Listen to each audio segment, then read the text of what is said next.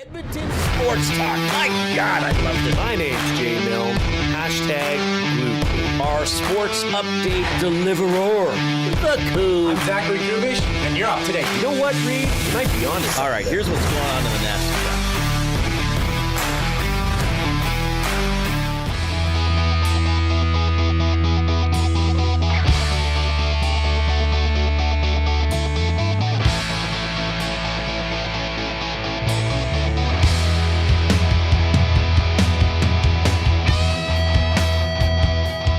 Just looking out the window, Jay.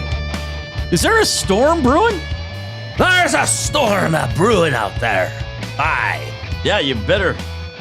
Oh yeah, risk of thunderstorms. Chance of showers. Risk of thunderstorms.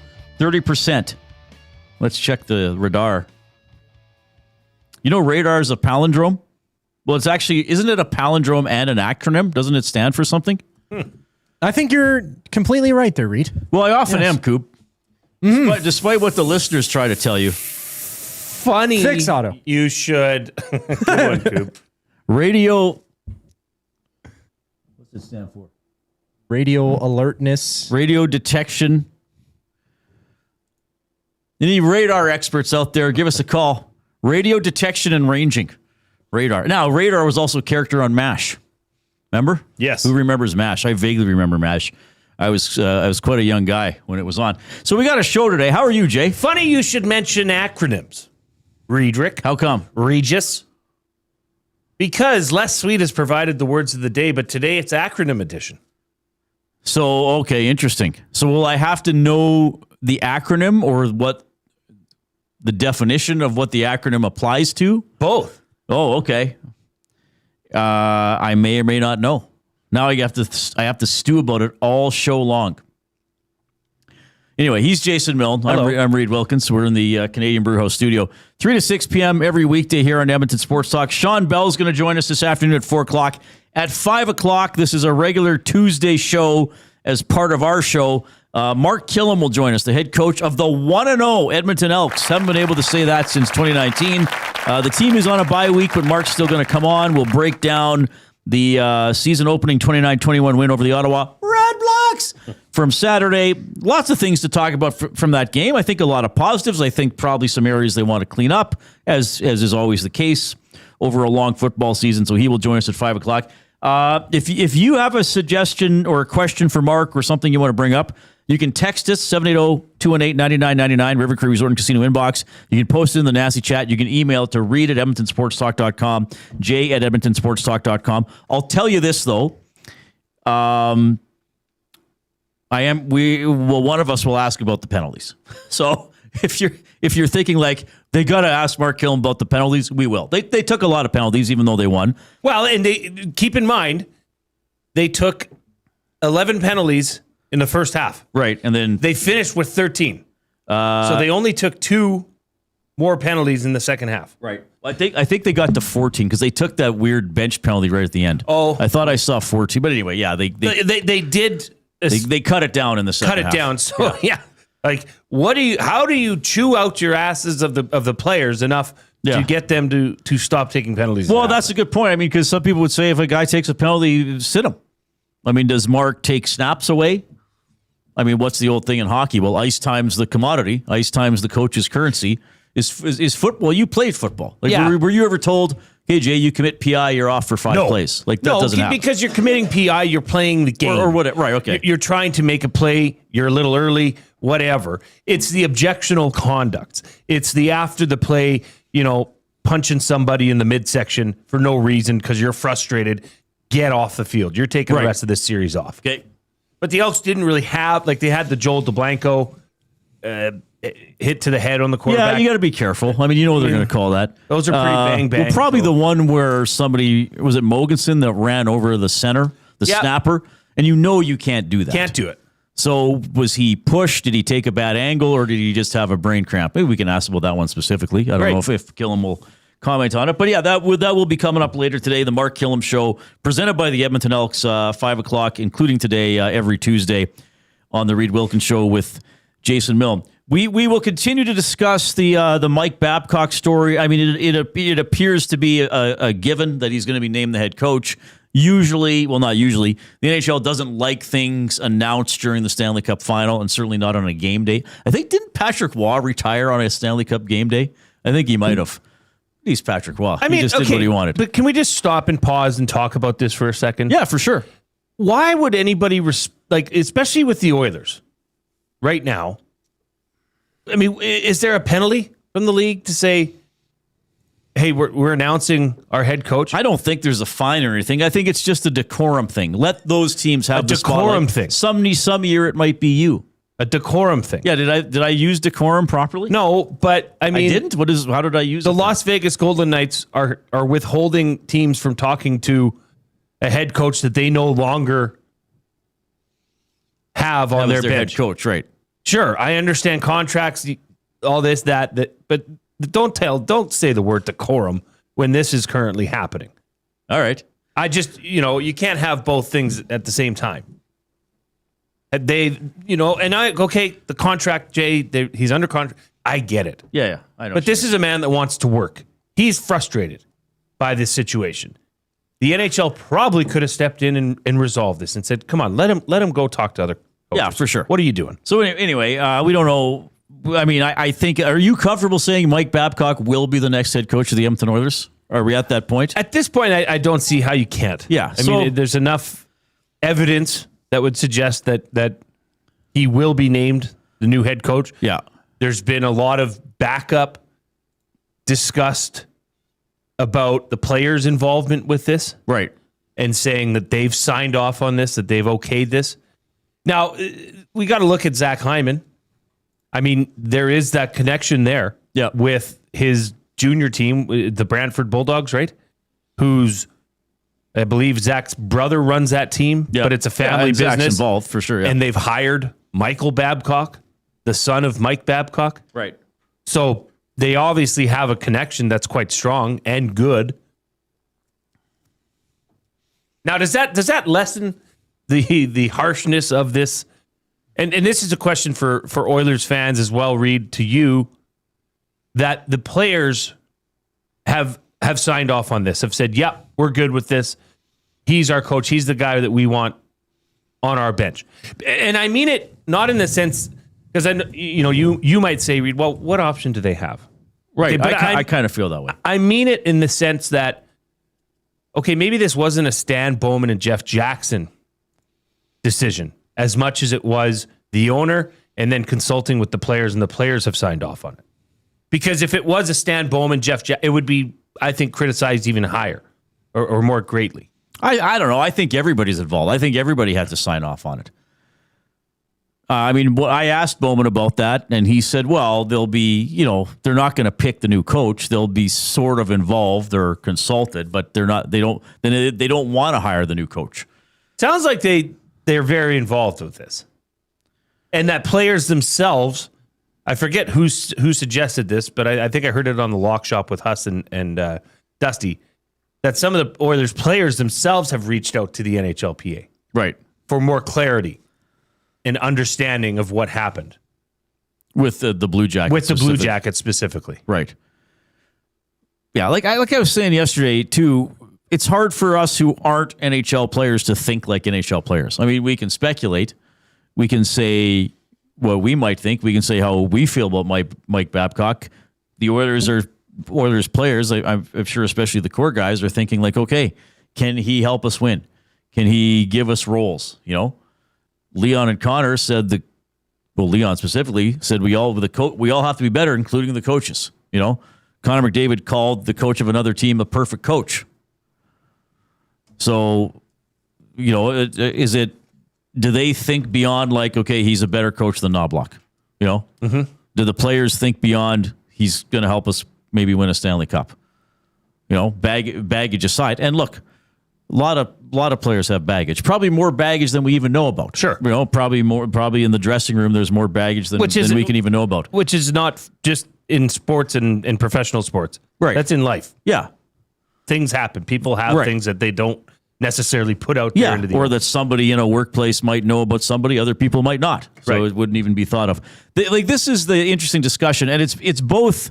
I've always found it, as someone who hosts a talk show, interesting and also challenging, because we sort of bring in a little bit of issue of, I guess, morality or reputation, but not your ability as your job reputation, like your personal reputation. Like with Bruce Cassidy, we were talking about how good a coach will he be?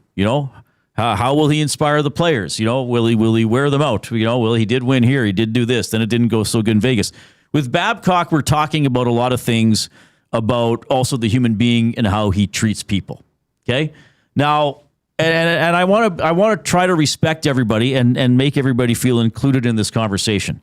But a lot of people say, like a significant number of people within the hockey world, I know Dustin was talking about some stuff this morning. We've heard all the stories that have happened in the past about Commodore and Marner and Spezza and Medano and the Columbus stuff, all that stuff. And, I've reached out to some people in various capacities who are in and around the NHL, shall we say. And the consensus is, and we've talked about this, is that Mike Babcock is a very arrogant human being. Who, and a lot of people say he just doesn't treat the people around him well, not just the players. This could go to his assistant coaches, people in the arena, other people on the staff, that he just doesn't treat people well. And somebody said to me today, it would be interesting to see how Babcock handles Connor and Leon. And this person also said to me, like, if Babcock is within an organization, it's his team. Nobody is above Mike Babcock,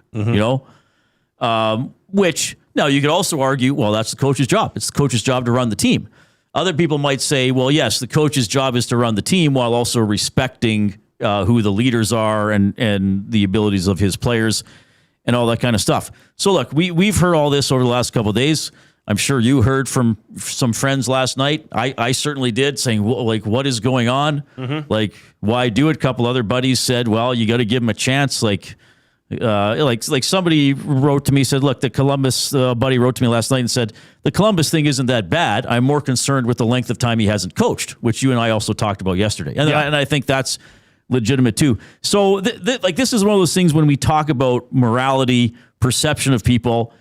If you look at what Mike Babcock has done, either proven or been accused of, as a coach, and you dislike him and you don't want him to coach the Oilers, that's fine.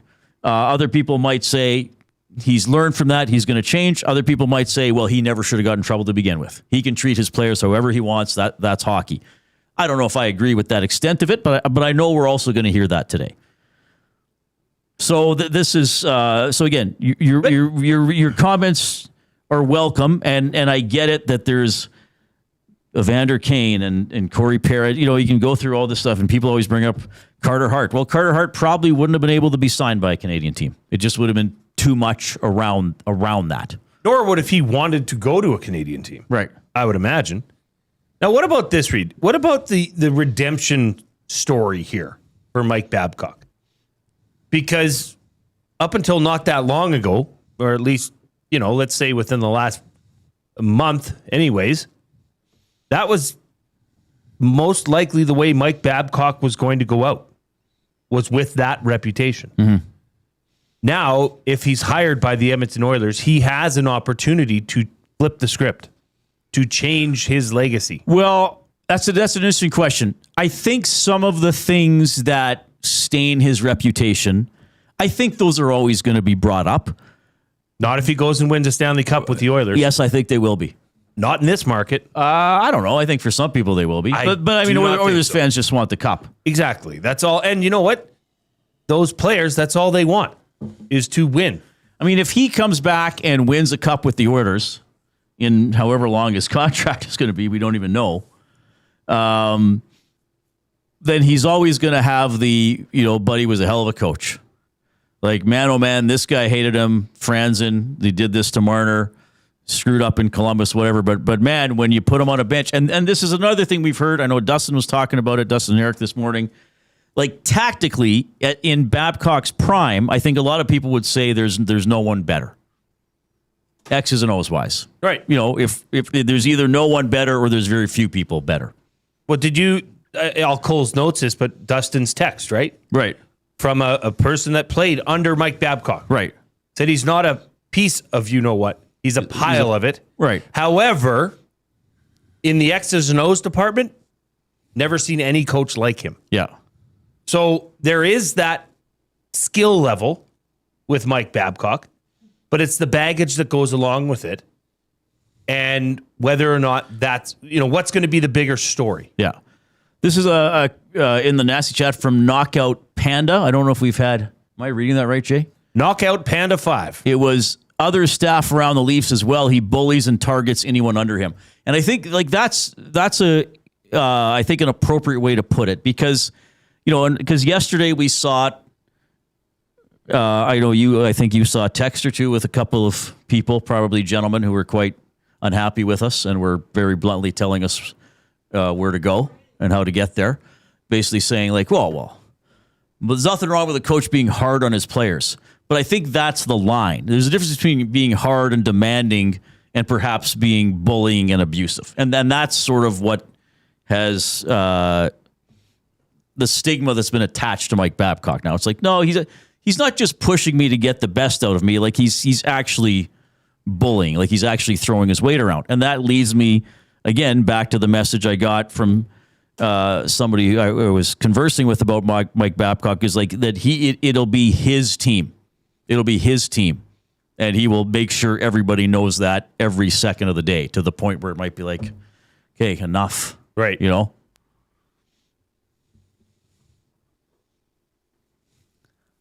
We talked about the next head coach for the Oilers needing to be accountable. Yeah.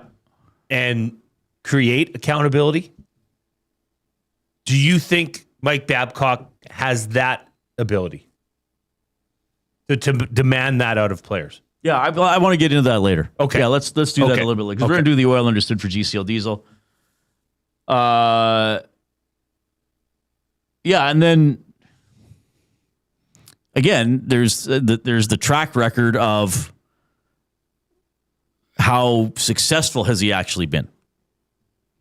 Now, Stanley Cup, couple Olympics, the detractors will say, okay, those were pretty good rosters. Probably other coaches could have done good jobs as well.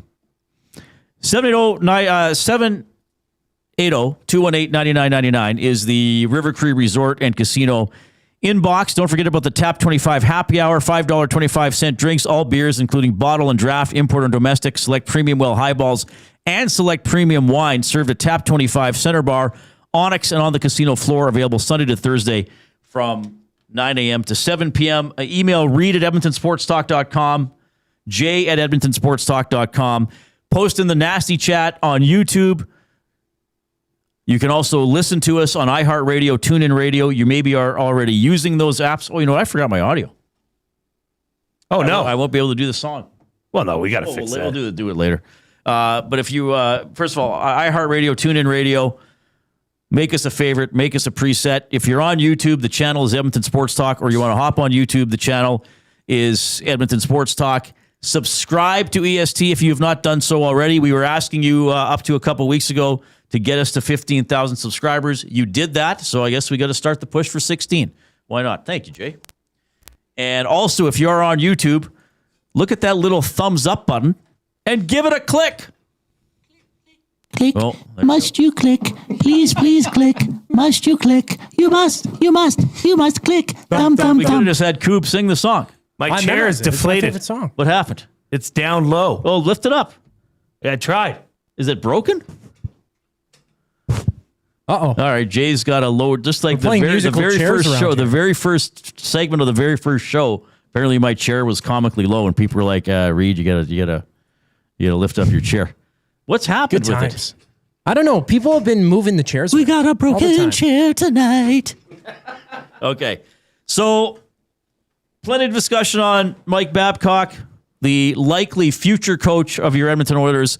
The current head coach of the Edmonton Elks is on the Mark Kilam show at 5 o'clock. That'll be great to catch up with him. Shawn Belle at 4 o'clock with his weekly appearance. And every day at around this time, we do the off-topic topic. It's presented by William Huff. Since 1952, William Huff has provided industry-leading advertising solutions Doesn't Chet for have to get out of thousands here? of valued clients. Yeah, in a second. Their unparalleled customer service combined with decades of industry expertise and a desire to make every job the very best can be is what they call the William Huff advantage. Visit their website at williamhuff.com or give them a shout, 780-454-4536. Okay, so Bosnia and Herzegovina, they have arrived in Canada for the World Cup. And I don't know, I guess coffee's a big deal there. So they shipped over to Canada. It's the world's largest coffee pot. And they're taking it around to their supporter get-togethers for their fans. Nice. This coffee pot can hold 8,000 cups of coffee. So this to me is like Bosnia Herzegovina. This is them. This is what they're known for. You know, when Bosnia Herzegovina comes to Canada, they're bringing their coffee pot. Because that's what Bosnia Herzegovina is. Right. At least that's what I would think if you're they brought a parading giant it coffee around. pot. It's a Okay. giant brass coffee pot, Reid. All right. So my question for the off-topic topic for William Huff was, what if Canada was to go, you know, the World Cup, say, is in, I don't know, Africa, and Canada has to send something over to Africa that represents their supporters and Canada's culture. What are they sending?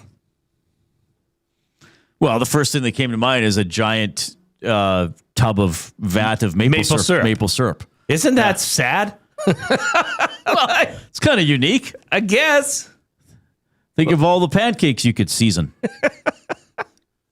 So maybe right or wrong answers Oh, that's a good point. Yeah. will be accepted.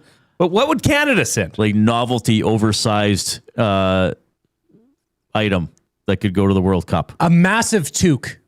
Oh, that's a good idea. massive, Good one. massive. That's a good toque. idea, Coop. That's all you need. Like Don't need a you sign could or have anything. like a whole soccer team under the toque. It's that big. Yeah. Well, the Science Center in Vancouver, it is round. It's ball shaped, I guess. Okay. Circular. You could kind of just put it over that. Okay. Why not? I mean, if you're going to a visiting country, sure.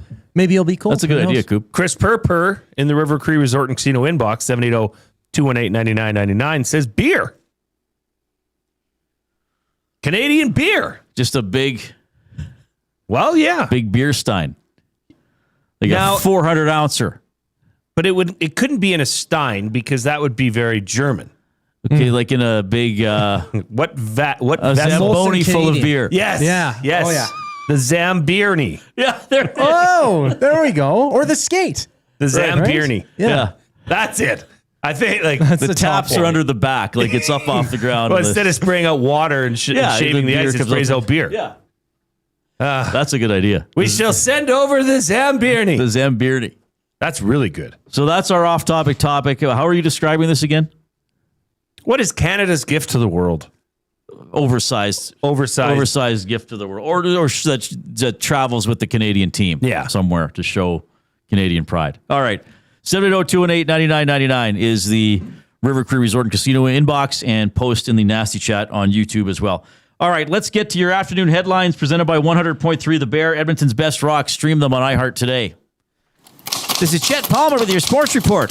The locals are going to the recycling bin for a new coach. I wonder if bumbling Bowman thought about hiring his father. Beam me up, Scotty. Big shot Babs hasn't coached since 2019. That's so long ago, my brother-in-law only had 2 mortgages. World Cup starts in 2 days. Hey, Jason Milne, is that Group D in your pocket, or are you just happy to see me?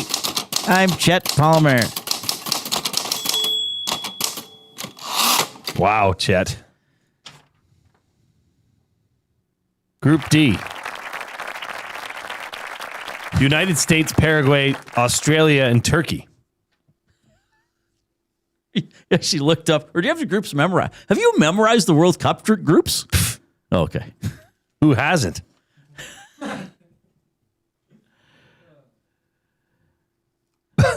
I feel bad. I don't even know if I want to comment on these. No, you things don't from have Chet to. because You don't they're- have to. Like, I feel bad for his brother-in-law. I feel bad for his aunt. His aunt, maid, Aunt Sherma. Sherma. Who's the uncle yesterday? Frank? Uncle Tim? Who was it? Maybe Uncle Tim. He's really rude to his people that are close to him. You think so? Well, if I don't know how his brother-in-law is still his brother-in-law with all the. Barry the Cheater says, how big is Jay's pocket? Ha. Well, that's a loaded question. I think that's a lot of different ways to look at. Project Dumpling says they can have whatever is in Jay's pocket. I think that's referring to the off-topic topic. The Canadian item. That's pretty good. Okay, now we got to get to this when we get back.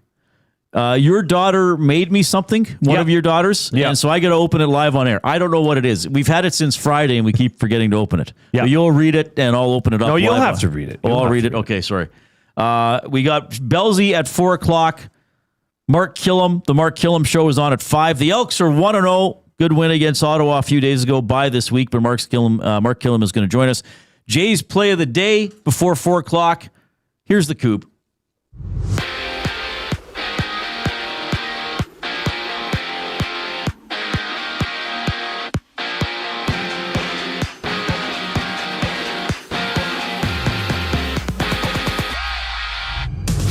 Game 4 of the Stanley Cup Final goes tonight between the Golden Knights and Hurricanes. Vegas leading 2-1. Noah Hannafin, Brady McNabb are each expected to play for Vegas after missing yesterday's skate. No goaltender has been confirmed on either side. Elsewhere, the Kings, they've officially hired Peter Laviolette as their next head coach, replacing interim bench boss DJ Smith. In other news, Jaden Nelson is replacing Marcelo Flores on Canada's World Cup roster, with Canada opening things up Friday afternoon against Bosnia and Herzegovina. Blue Jays baseball, Dylan Cease gets the start for Game 2 of their series with the Phillies. First pitch just after 5. Zach Wheeler pitching for Philadelphia. We also have the Yankees and Guardians matching up, the Twins and Tigers hitting the field while the Dodgers square off against the Pirates. In West Coast League action, the Riverhawks are back at home for the next 6 games, hosting the Harbor Cats tonight just after 7 o'clock for first pitch. Listen to the game right here on any of ESC's audio streams. Catch the full schedule at edmontonsportstalk.com. This sports update is brought to you by the Edmonton Elks. The Elks have their home opener June 20th against the Alouettes. It's going to be a big one. Get your tickets now at goelks.com/tickets. More with Reid Wilkins, Jay Milne following the break here on Edmonton Sports Talk. I'm Zachary Kubish, keeping you up to date. 2 guys and a goalie. Babcock will play 97 and 29, the least out of any coach we've seen in the McDavid era. Hire it or fire it? Fire it. What? I think it's got to be a hire it. That's why it's being brought in. No one has been able to do that yet. And some pretty established coaches. Was it not Babcock that said Todd McClellan plays those guys too much? Yeah. That was him. Got to play them less than. 2 guys and a goalie, presented by GS Construction. Tuesday and Thursday afternoons at noon, only on Edmonton Sports Talk. Your clear choice for Edmonton sports. We have what you're looking for. GD Liquidators is Edmonton's one-stop shop for new and used warehouse, office, and industrial items since 1987. You'll find what you want when you want it. Give us a call, visit us in-store, or check out the monthly auctions at gdliquidators.com. 100% Canadian-owned and operated. We have what you are looking for. GD Liquidators. Get ready for a night of legendary Canadian rock. The River Cree Resort and Casino presents Honeymoon Suite live on June 25th. Sing along to the hits that defined a generation, including New Girl Now, Feel It Again, and more, as Honeymoon Suite takes the stage for one unforgettable night of music and energy.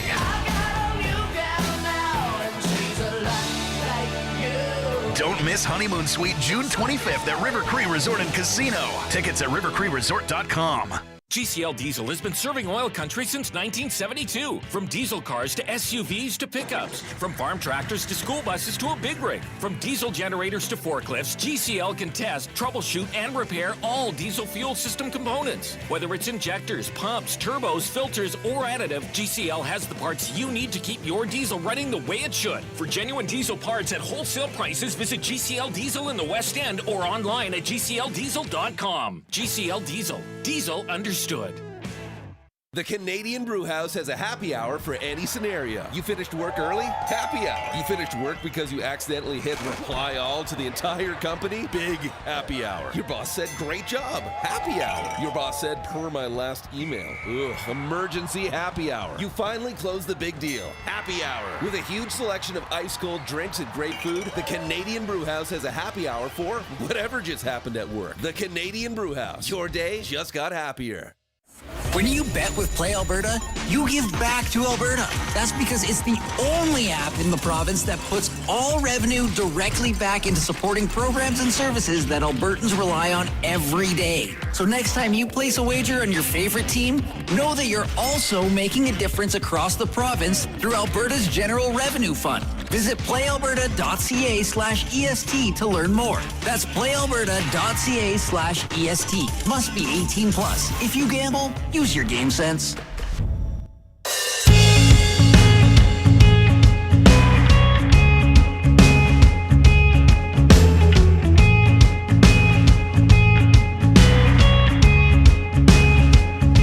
Okay, game 4 of the Stanley Cup Final tonight. Golden Knights hosting Carolina. It has been an outstanding series so far. We'll also talk to Shawn Belle about that. He's going to join us at the top of the hour and, of course, dive into his thoughts on Mike Babcock, likely to become the next head coach of your Edmonton Oilers. NBA was last night.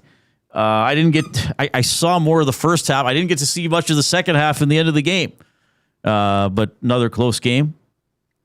Very entertaining basketball game. Yes. The Spurs just flipped the script a bit. I mean, they were able to hold off the surge of the New York Knicks because that's been kind of the MO for the New York Knicks this postseason is the ability to come back in games. But the Spurs just kept that lead, and then they started adding to it late in the game, and it was just too little too late for the Knicks. Now, it'll be interesting to see what happens in Game 4 because if the Spurs can steal 2 on the road, this is now back on. Well, did I say it on or off air yesterday? Road team wins every game. You said it off air. Then the Spurs win Game 7 at home. Yep.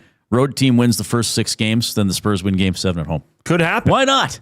Weirder things have happened. Weirder things have happened. Game 4 is tomorrow in New York, 6:30. So I would say for the Knicks, they got to get control back of this series tomorrow night. Portions of this hour are presented by Lamley's, built for the job, made with quality craftsmanship and designed for job protection with cowboy-worthy durability. Lamley's workwear combines safety with all-day comfort, featuring brands like Ariat Work and Wrangler Rigs, designed to withstand tough conditions and deliver performance across every job site. Visit lamleys.com/work to see how Lamley's can make your workday better. LAMMLES. Okay, so I will open this envelope now. This says to Reid Wilkins, spelled correctly, which I appreciate. Then it says made by Faith Milne, and in brackets, youngest daughter of Jay Milne. Just in case I didn't know who that was, I did. You know how? Yeah, I have to. I don't know if I think you probably noticed this about me for the first while of our relationship and working together. But I think you were too polite to say anything. But I had trouble remembering your daughter's names and the age order. I don't know if you ever noticed that. I didn't pick up on that. Yeah, and I felt bad about it. Why would you feel bad? Well, because I should know things about you. Well, yeah. But you know how I remember it? How? Steffi Graf. Oh, Grace Rose Faith. Yep. Oh, wow. You got to find a way to remember it. That is brilliant. Yeah. Good job. And then what's really cool here, on the other side of the envelope, Faith has drawn a logo for the Reid Wilkins Show with Jay Milne in pencil, but quite well done. Quite well done. Quite well done. And then she even wrote across the top of the flap, open. Oh, yes. Just in case I started tearing at it. Don't do that. And she clearly knows that Uncle Reid ain't the sharpest tack in the light bulb drawer. All right. So now you've opened the main envelope. There's another envelope. Oh, boy. This one says EST, go Reid, go. It's an even smaller envelope that I opened the flap to. I did not expect a double envelope procedure. Oh, you just wait, brother. It's like Mission Impossible. Yeah, you're just getting started. It's going to self-destruct in 10 seconds. Another little envelope. This one, for people on radio, I want to say, 4 centimeters across? It's the size of 2 postage stamps. Okay. And it says EST once again, you got this. I'm opening it again, and what is inside? There's yet another envelope. This is now the fourth envelope. What are those Ukrainian dolls? I did not expect this. That you keep opening? Another thing that says EST Go. Well, your child is quite talented, and I must say, odd. Yeah. What prompted her to make this for old Reid Wilkins? Okay, now a very tiny envelope, stamp size. It has a purple heart on it, and it has OH exclamation mark. I'm opening this envelope. I don't know if my fingers are dainty enough to do this. It's quite small. Faith, I might have to tear this. Or is this the last thing? I do not know. Well, I thought you got one too. I forget how many envelopes there were. Oh my! But the ending is epic. I don't know if I can get. Oh wait, I feel it. I feel something. This is shocking. This is fun. Oh man! Can you just tap it out? Think she's watching hold it upside down? I didn't even know they made envelopes that size. Well, you can fold. They're homemade. Yeah, she made everything here. Wow! All right, let's tear this open. Sorry, Faith, I couldn't quite make it without ripping it. So that's 1, 2, 3, 4, 5 envelopes, and in the fifth and final envelope, a small note handwritten in pencil. 2 words followed by 3 exclamation points. The words are, "That's all." And on the back, Faith. Yep, that sounds about right. It is an exercise. Nesting envelopes. Yeah, I'm not sure. I get it's just an exercise in and of its. The point of the exercise is the exercise itself. Exactly. There is no big prize other than completing the exercise. Yeah, now you have custom envelopes. It's quite profound. Well, one I ripped. If you ever wanted to ship a credit card, you've got the envelope for it. That's true. Now, what prompted her to do this? Reid, she's in a what do you call it? Like when you make like crafts. She is in a crafting stage of her life. Okay. Every day. She's pretty good. Pencimanship. And she hand cut and handmade all those envelopes. Yeah, this is good. Yeah. I couldn't do this. Yeah, we're going through Scotch tape like it's her job right now. And she's how old again? She's just turned 10. Just turned 10. Well, Faith, if you're watching or you're tuning in later, thank you. I find this, and now when I say this, Faith, you might think, oh my God, Uncle Reid's mad at me. But your dad will assure you that this is coming from me. This is quite a high compliment. Okay. Yeah. Faith, this is extremely bizarre. Okay? So. Yeah, that's great. I find this quite amusing. Like, there's all the envelopes. If I'm holding them up on YouTube, yeah. I know it's kind of small, and the final note. That's quite an exercise. I can't wait to see what she comes up with next. Well, that's good. That's a challenge then. She'll I got one and I was just like, oh, okay, there's another envelope. And then that's it. And I just look up at her and she's just like, like, gotcha. Yeah. Well, I can understand that style of humor. I mean, you got somebody to do something just to do it. Just to do it. Yeah. I'm fine with that. Yeah. That's a nice gift for the show. Thank you very much, Faith Milne, youngest daughter. Whenever I see her, I'm going to refer to her that way. Hello, Faith Milne, youngest daughter. Well, if it isn't Faith Milne, youngest daughter of Jason Milne, heard every day, 3 to 6 p.m. on Edmonton Sports Talk. Boy. Well, Faith, I could have bound these envelopes for you quite quickly, so you wouldn't have needed to use as much Scotch tape. By the way, did the Scots invent the tape? Okay, Bookbinder, go back to bed. Go back to work. Candles are blowing out. He's going to need his candlelight. It's a little overcast, eh? I think it's raining. Did Awanik say it's raining? It is. 780-218-9999, River Cree Resort and Casino inbox. We are in the Canadian Brewhouse studio. Why wait for a good time? Started early at the Canadian Brewhouse. Happy hour runs Monday to Saturday, 2 to 6 p.m. Deals starting at $3.99. Your couch can't compete with the Canadian Brewhouse. The off-topic topic for William Huff, what would Canada send as a symbol or to support its team, its soccer team, if the World Cup weren't in Canada? Because Bosnia-Herzegovina has sent a giant coffee pot. Mm-hmm. So I've got quite a few submissions. Yeah, let's hear some of these. This is fun. Waddy in Cloverdale says, because Coop suggested a giant toque. Waddy in Cloverdale says, Morinville just happens to have a giant toque that the town's folks knit back in the 80s. Oh, wow. Didn't know that. Okay. Chris Purpur says, beaver tails or green onion cakes. Be good. Giant. Now, that's very Edmonton specific. That is very Edmonton specific. T-Rev says, a giant hollowed out beaver filled to the brim with poutine.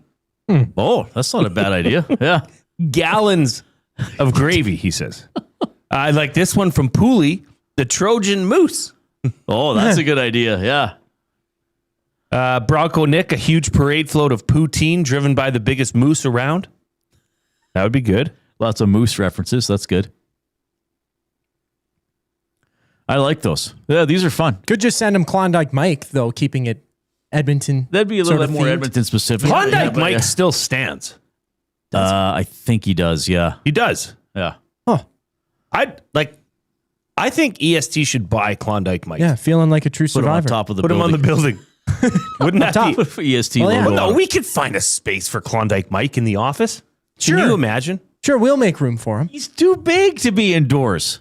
I will cut him in half. He's bigger than Wemby. We'll make him sitting. Yeah. Yeah. How about a big red chair? I see these all over everywhere. They have the massive sort of lawn chairs. Right. That are bright red in Vancouver. There was a pair of them sitting right beside each other. It was kind of cute. Kicking Horse Mountain Resort in Golden, BC has a massive chair that you are to put your kids on and take pictures of. Really? Maybe we can put Klondike Mike in one of those chairs, actually. Now we're talking. Back. Was Klondike Mike canceled? For what? Was Klondike Days, was it canceled? Because it was like offensive. I don't think it was offensive. I think they just decided to change it. Because then it was the Edmonton Expo for a while, and now it's K Days, but the K doesn't stand for anything. Right. Yeah, they had. I don't think it was deemed to be offensive. I think they just moved away from that theming. I think. Why? I don't know why you would. I don't know either. Well, maybe the attendance was down and they wanted to just do something different. But then changing it to the Edmonton Expo was pretty boring. Because Klondike Mike at that building there, you could pan for little gold nuggets. What's the not fake even nuggets gold called? Fool's gold? Yeah. What's it actually called though? Oh, like the metal that it's called? I can't remember. Something might. Pyrite. Oh, wow. Thanks, Coop. Pyrite. Wow, we're really off course here. Speaking of Canadiana, Michael J. Fox, born in Edmonton, 65 years of age today. 65. When you think of Michael J. Fox, what's your memory of him? You know, like what show comes up, what movie? Well, Family Ties. Is it Family Ties? I might even think of Family Ties before Back to the Future. Really? No, but he was also on Spin City, was he not? Maybe younger people or people who I never Yeah, really he was on watched Spin City. What else would you associate? Like Teen Wolf. Teen Would Wolf those was be his good. two biggest movies or most well-known movies? We'll kind of put Back to the Future as one. Back to the Future and Teen Wolf. I mean, he was in The Secret of My Success. What else was he in? I don't remember what other movies he was in. Wasn't he in was he in Casualties of War? Wasn't that him and Sean Penn? Yeah, it says he's in Casualties of War, 1989. Was also the lead roles voicing in the Stuart Little films. Oh, right. There was multiple. There was a trio of Stuart Little films. But I still think cinematically his biggest legacy is going to be Back to the Future. Has to be. I mean, that's still talked about as a I think it would be a classic. Back to the Future, Family Ties, Teen Wolf. Above Spin City? Yes. Okay. I think. And he was the voice of Stuart Little.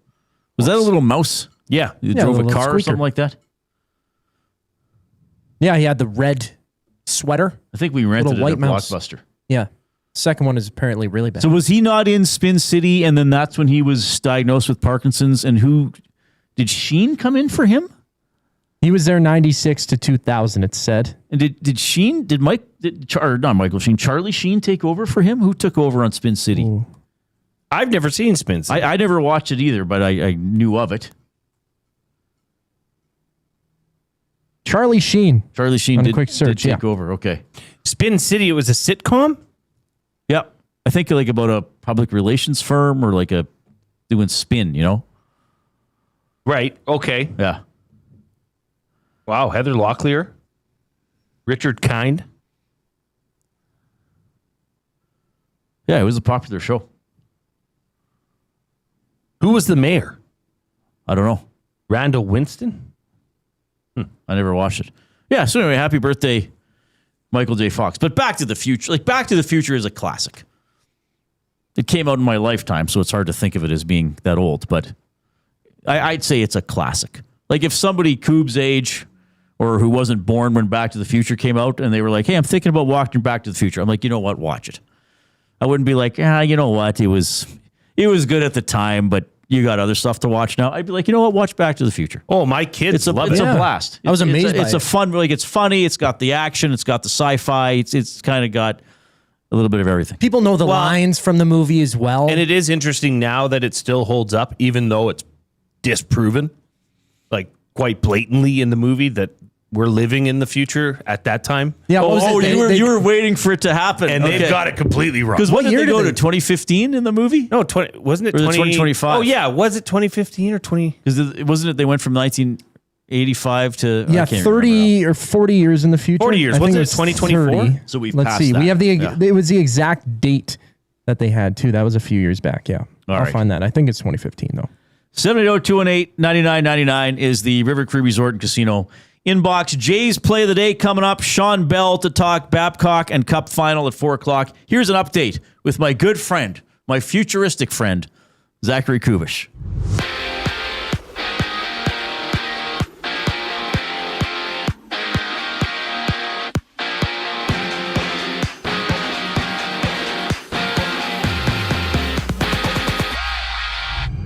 From Sin City, the Golden Knights have a 2-1 series lead in the Stanley Cup Final against the Hurricanes. Noah Hannafin and Braden McNabb are each expected to play for Vegas tonight after missing yesterday's skate, and goaltenders on either side are yet to be confirmed. Elsewhere, the Kings have officially hired Peter Laviolette as their next head coach, replacing interim bench boss DJ Smith. Canadian Soccer News, Jaden Nelson is replacing Marcelo Flores on the World Cup roster with Canada opening the tournament Friday afternoon against Bosnia and Herzegovina. Blue Jays baseball, Dylan Cease gets a start for Game 2 of their series with the Phillies. First pitch just after 5. Zach Wheeler countering there for Philadelphia, and we also see the Yankees and Guardians matching up. The Twins and Tigers squaring off with the Dodgers hit the field against the Pirates. West Coast League action. The Riverhawks back at home at Remax Field for the next 6 games. They host the Victoria Harbor Cats tonight. Listen to the full game right here on any of EST's audio streams. First pitch just after 7. Find the full broadcast schedule at EdmontonSportsTalk.com. This sports update is brought to you by Windsor Plywood Leduc, locally owned and operated, serving Leduc and surrounding areas since '93. They have doors, flooring, baseboards, and of course they have plywood. Go see the knowledgeable staff at Windsor Plywood Leduc. The show continues following the break here on Edmonton Sports Talk. I'm Zachary Kubish, keeping you up to date. The Oil Stream. The Edmonton Oilers are consulting with the NHLPA to see if there are any objections that must be resolved before potentially hiring Mike Babcock. Oh, boy. Bobby Nix told me this a couple of years ago. Okay. When the Oilers were looking for a new head coach and end up with Woodcroft, he said they asked about Babcock. And he said the big boys said they didn't want The Oil Stream, presented by Boston Pizza. Monday, Wednesday, and Friday afternoons at noon. Only on Edmonton Sports Talk. Your clear choice for Edmonton sports.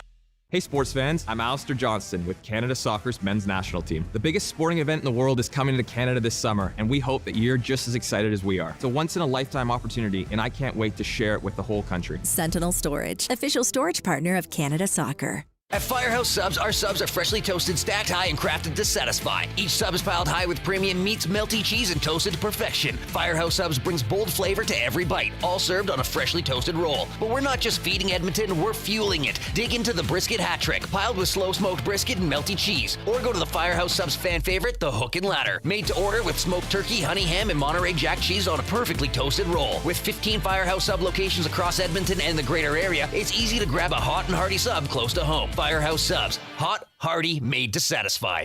Get ready for a night of legendary Canadian rock. The River Cree Cree Resort and Casino presents Honeymoon Suite live on June 25th. Sing along to the hits that defined a generation, including New Girl Now, Feel It Again, and more. As Honeymoon Suite takes the stage for one unforgettable night of music and energy.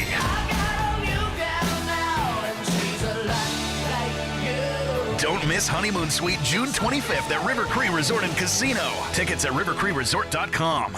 Goodwill is one shopper, finding something I never knew I needed. A jacket, a deal, one donor, letting go of something so someone else can move forward. One program participant, learning, trying, building skills, building confidence, building a future. One purchase, one donation, one job, one choice. Goodwill is the power of one, the power of one, the power of one, the power of one. Goodwill Industries of Alberta. It all starts with one. Somewhere, someone is sitting on a patio that is literally part of the parking lot. They're hot, uncomfortable, and bored. Do not be that person. The Canadian Brewhouse has a rooftop, real turf, misters, fire tables, patio games, big screens, and zero reason to be bored. This summer, your standards are higher than a parking lot, and you know it. The Canadian Brewhouse, Canada's best patios. Looking for flooring? Paramount Flooring has it all. Sales, service, and expert installation. With options for every style and budget, open 7 days a week. We've got you covered. Quick delivery and in-stock deals. Plus, EST listeners get 10% off. Visit ParamountFlooring.ca today. Who's that? Lady, get your whip. Tell her that she better quit with those eyes and those lips, with the dipping of her hips, flipping back and forth her hair with that animal stare. If you don't want to share, then you better leave her right now.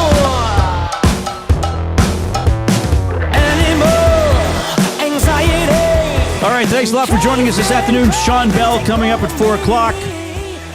The Mark Kilam Show with Elks head coach Mark Kilam at 5. He'll talk about the season opening win over the Ottawa Red Blacks. We're going to get to Jay's play of the day here right away. You can text us 780-218-9999, River Cree Resort and Casino inbox. You want to do this? Sure. Yeah, sure. Grumpy Cat has sent in some Canadiana trivia. How come? I don't know. Okay. Because we were talking about Michael J. Fox and Maybe. Canadian items. Sure, Okay. sure. 4 provinces created Canada at the time of Confederation. Ontario, Quebec, and which other 2? Bonus if you know the year. New Brunswick and Nova Scotia. Okay. And 1867. All right. Is that correct? Or like, is that a trick question? Because I find that remarkably easy. Maybe it is. Unless I've forgotten my Canadian trivia. He didn't send the answers in? No, he didn't. Okay. Goob, did you know that? I don't think I did. I don't think I remembered it. I mean, okay. I would sit there. I probably wouldn't say Nova Scotia. The 4 original provinces that formed Canada at Confederation on July 1st, 1867 was Ontario, Quebec, Nova Scotia, and New Brunswick. So I knew that. Now, I would struggle after that when which provinces came in what order, but the Confederation question I find quite easy. Well, you're a special person. Thank you.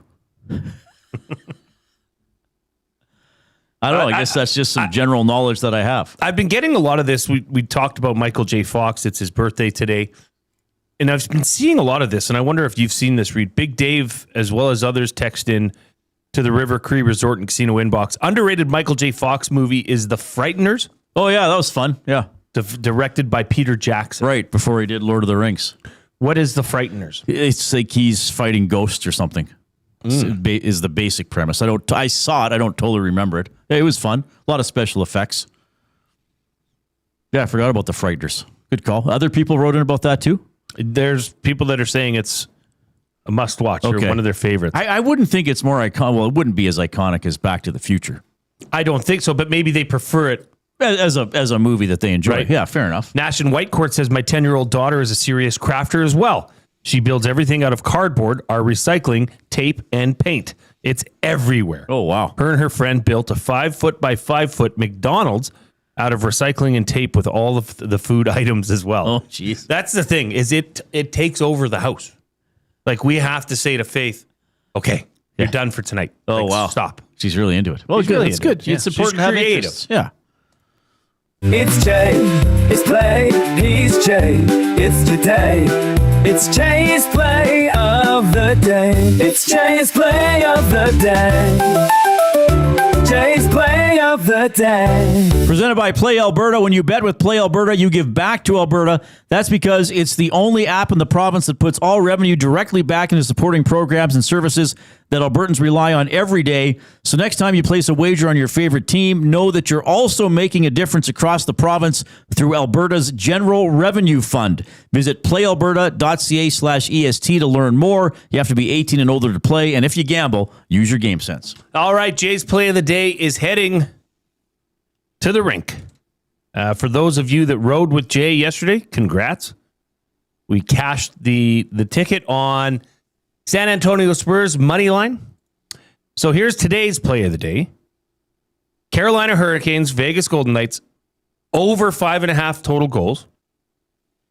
Both teams to score 2 or more goals. And a Taylor Hall point. That has been boosted to plus 221.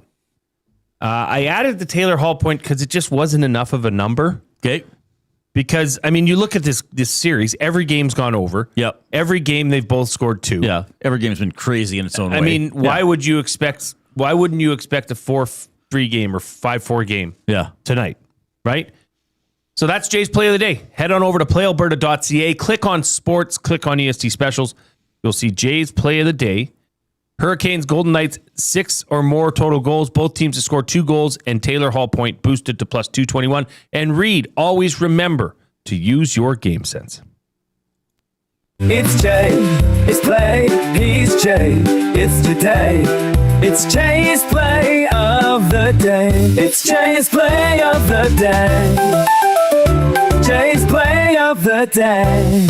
All right, presented by Play Alberta. 780-218-9999 is how you text us. It's the River Cree Resort and Casino inbox. River Cree Resort and Casino turning 20 and celebrating huge until the 26th of October. My goodness, over $1 million in prizes, 35 winners of $20,000 in casino free plays, 9 brand new cars, 56 winners of $1,000 in cash, rivercreeresort.com. All right, here's the 4 o'clock break, and then Shawn Belle, our colleague here at EST, and you get him on Hello Hockey with Tom Gazzola every Saturday. We'll talk about the Babcock to Oilers rumors, and we'll dive into the Cup Final as well. The Lock Shop. Yeah, what have the last 24 hours been like around the EST? Must have been great for business. Yeah, I mean, I did. I basically started this morning show with about a 5-minute rant and then paused and thanked the organization for continuing to give us things to discuss. In April and May of this year, we had 1.58 million. The Lock Shop, weekday mornings at 11, only on Edmonton Sports Talk, your clear choice for Edmonton sports. You've always known GCL Diesel as the experts in diesel fuel systems, but did you know that GCL is also your source for turbochargers and turbo repair? As a turbo supplier for Garrett, Borg Warner, and Holset, GCL can provide genuine original equipment turbos at wholesale prices.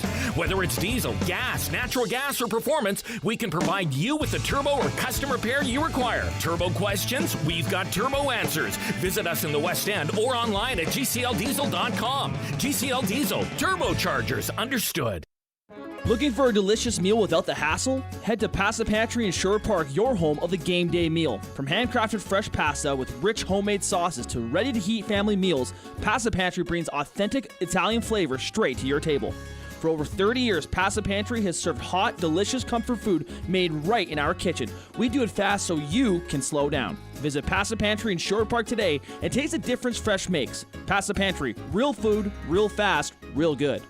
Worksite ready, Western tough. Lamley's Workwear is calling all tradespeople, oil and gas crews, construction workers, farmers, and hard-working Canadians. Built for the job with quality craftsmanship, job site protection, and cowboy-worthy durability. Trusted brands like Ariat Work and Wrangler Rigs, designed for performance and all-day comfort on the toughest sites. No matter the season, Lamley's has the workwear you need. Shop the full range now at lamleys.com/work. LAMMLES.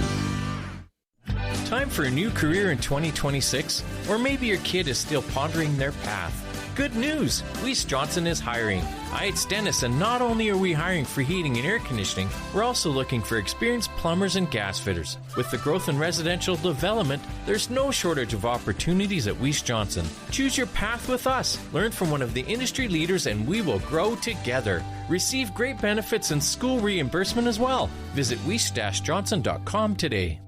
There's one game that kicks off summer. Elks football is back, and the best way to experience the home opener is being there when it happens. For every catch, every tackle, every touchdown, hear the roar of the crowd that's been waiting for this moment. Elks, Alouettes at Play Alberta Field at Commonwealth Stadium, June 20th. Presented by James H. Brown, Alberta Injury Lawyers. Lock in your tickets for the home opener now before they're gone at goelks.com/tickets. Edmonton Elks, our city, our year.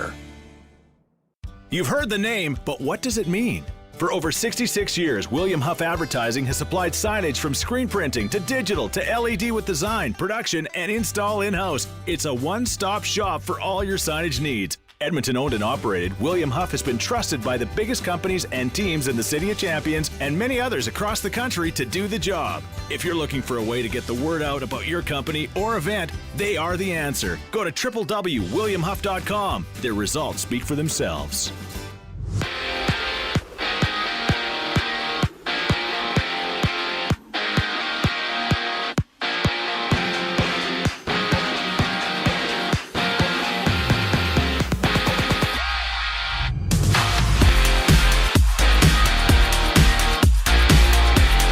The Golden Knights lead 2-1 entering Game 4 of the Stanley Cup Final against the Hurricanes. Noah Hannafin and Brady McNabb are each expected to play for Vegas tonight after missing yesterday's skate, and neither team has confirmed a starting goaltender for the matchup. Elsewhere, the Kings have officially hired Peter Laviolette as their next head coach, replacing interim bench boss DJ Smith. And ahead of Game 2 against the Phillies, the Jays have activated Dylan Cease off the 15-day injured list, optioning Adam Macko to AAA Buffalo. Cease starts tonight, taking on Philly. Zach Wheeler first pitch at 5:07. We also see the Guardians in action against the Yankees. The Twins and Tigers hitting the field while the Dodgers square off against the Pirates. West Coast League action. The Riverhawks at home for the next 6 games, hosting the Harbor Cats tonight. Listen to the full game on any of EST's audio streams. First pitch just after 7. In Canadian soccer news, Jaden Nelson is replacing Marcelo Flores on the World Cup roster, with Canada opening the tournament on Friday against Bosnia and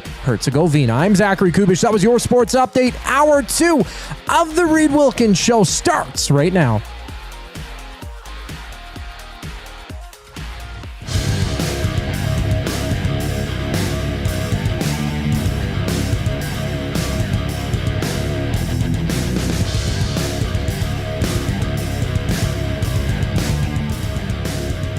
Okay, hope you're having a great afternoon. Jay, you're one of our head sales guys here. Yeah.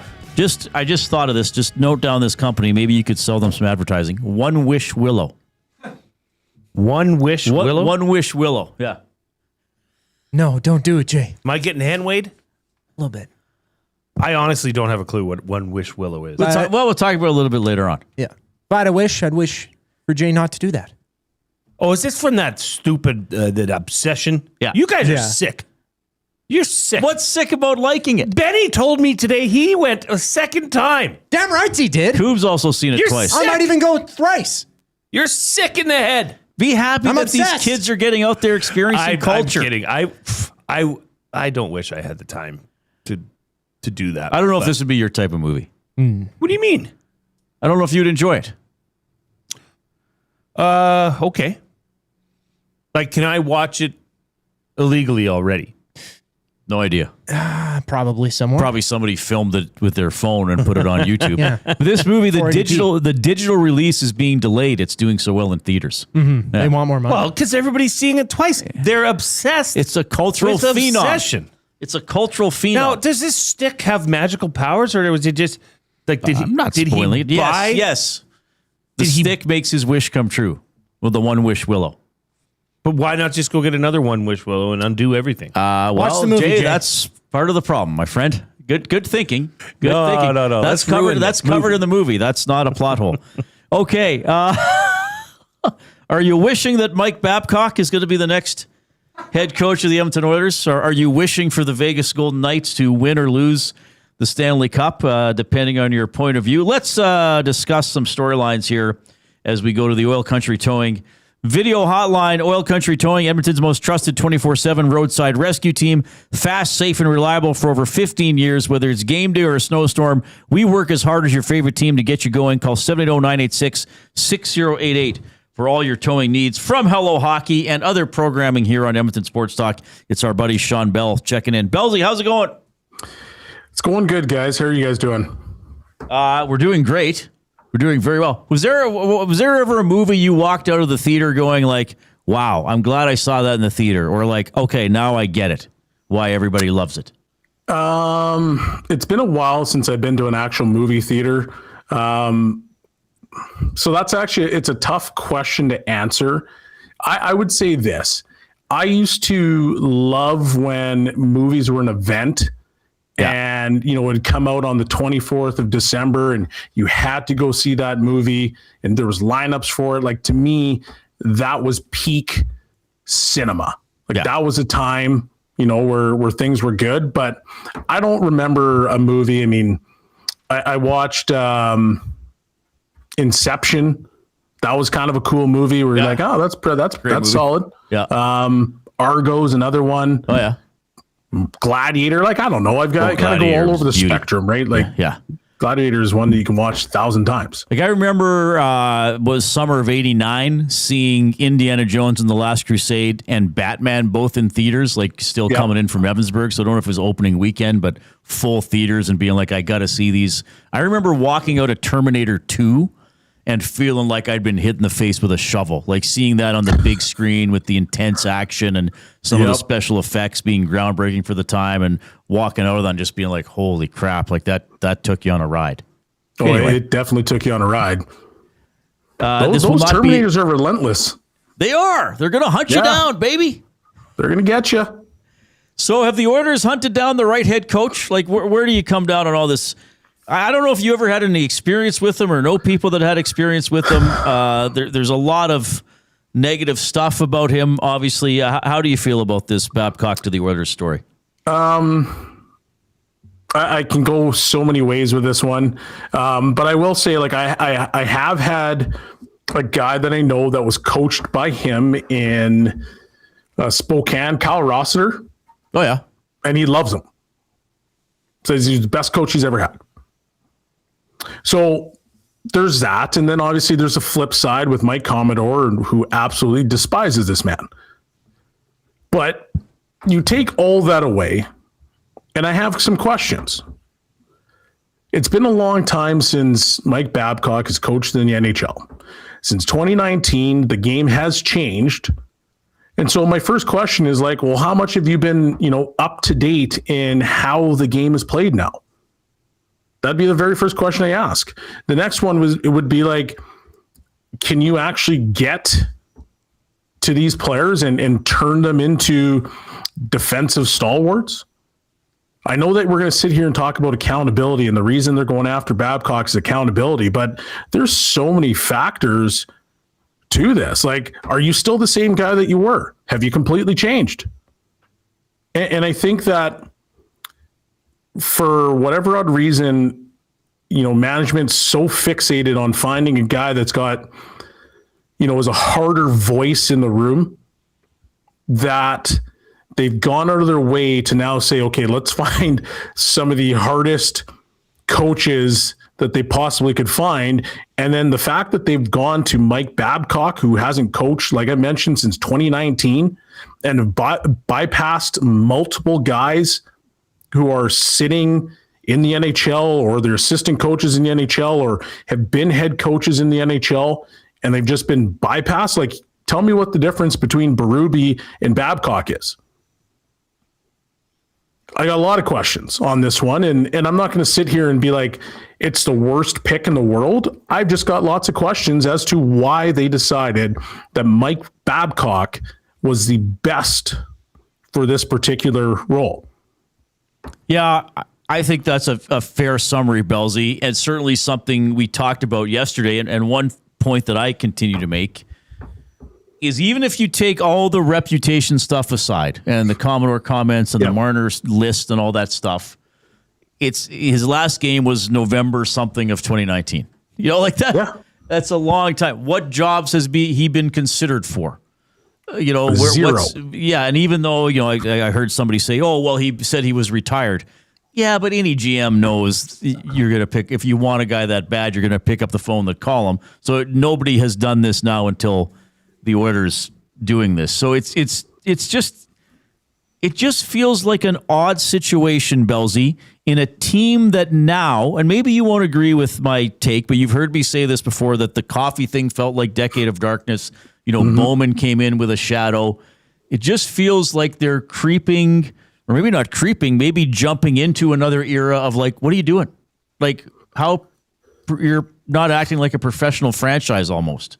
This smells of desperation, because the original plan A was Bruce Cassidy, and Vegas didn't give you permission. Then it got leaked somehow by Edmonton. Somebody in Edmonton leaked it. It caught legs. People were fired, and they hoped that the leak would lead to, you know, enough pressure that Vegas would say, okay, you can have permission to talk to him. And it never happened. And they've remained firm in that belief that we're not going to allow, you know, a division rival to talk to our coach that, you know, we just fired. And so you lose the guy that you wanted the entire time. You lose your current head coach, Chris Knoblauch, who had taken you to Cup Finals. And yes, this past year was a down year. But then you go, okay, well, who am I going to go after now? Because I've been led to believe that I need this particular coach for us to be successful. And sure, could we have... Can we agree that there needs to be a guy that's more defensive minded? Can we agree that there needs to be a guy that holds players accountable? Yeah, I think we can. I think we can all collectively agree on that. But once again, I'll go back to my original point. Well, what have you been doing, Mike, since 2019 to 2006? How much have you been invested in hockey? Because you can watch hockey, you can do all those things, but the coach for that amount of time is a completely different conversation. It keeps you relevant. It keeps you updated to what is going on. How are systems changing? What is, you know, what's the game like? And those things to me are important. So can you now translate that after being on the couch for the last 5 years? Shawn Belle joining us here, courtesy the Oil Country Towing Video Hotline. There's been several reports of former players saying this, people that were coached by Babcock or knew of somebody coached by Babcock. And you know, Reid had something come up today that he mentioned earlier, that, you know, when a team is coached by Mike Babcock, it's Mike Babcock above everybody else. It's his way or the highway. There is no no choices. There's no exceptions. This is the way it's going to be. Is that not kind of what, you know, when you look at this team, maybe the guidance they need for the head coach to take this team and have that accountability, have that defensive buy-in? Is this not exactly the kind or style of coach that, you know, Oilers fans were asking for at the end of the season? Yeah, like, I'll never disagree that the Oilers need somebody that's a little bit more firm. Like, I'll never disagree with that. But at the same time, the way that the NHL has gone with a lot of the star players having, you know, they're more accessible. They're leaned on more than they've ever have been in the past. I think that as a coach now, you have to be more collaborative than, you know, 10 years ago. 20 years ago. Like, when I played, there was no collaboration. It was a coach's way, and if you didn't get on board, bye. But now, you know that guys are sitting back and saying, hey, I want to play with this guy. I want to play with that guy. This guy shouldn't be on my line. And so while, yes, I agree, Jay, there's still that collaboration. You're still in Edmonton. Are you going to tell me that Connor McDavid's not going to want to be on the PK?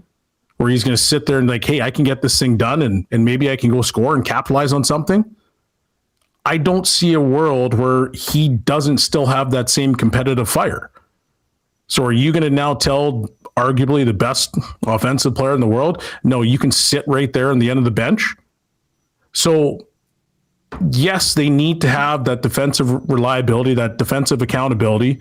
They need to have more guys involved so that it's more of a team game, because instead of running 2 lines, you can run 4 and you're not going to tire out your big guys.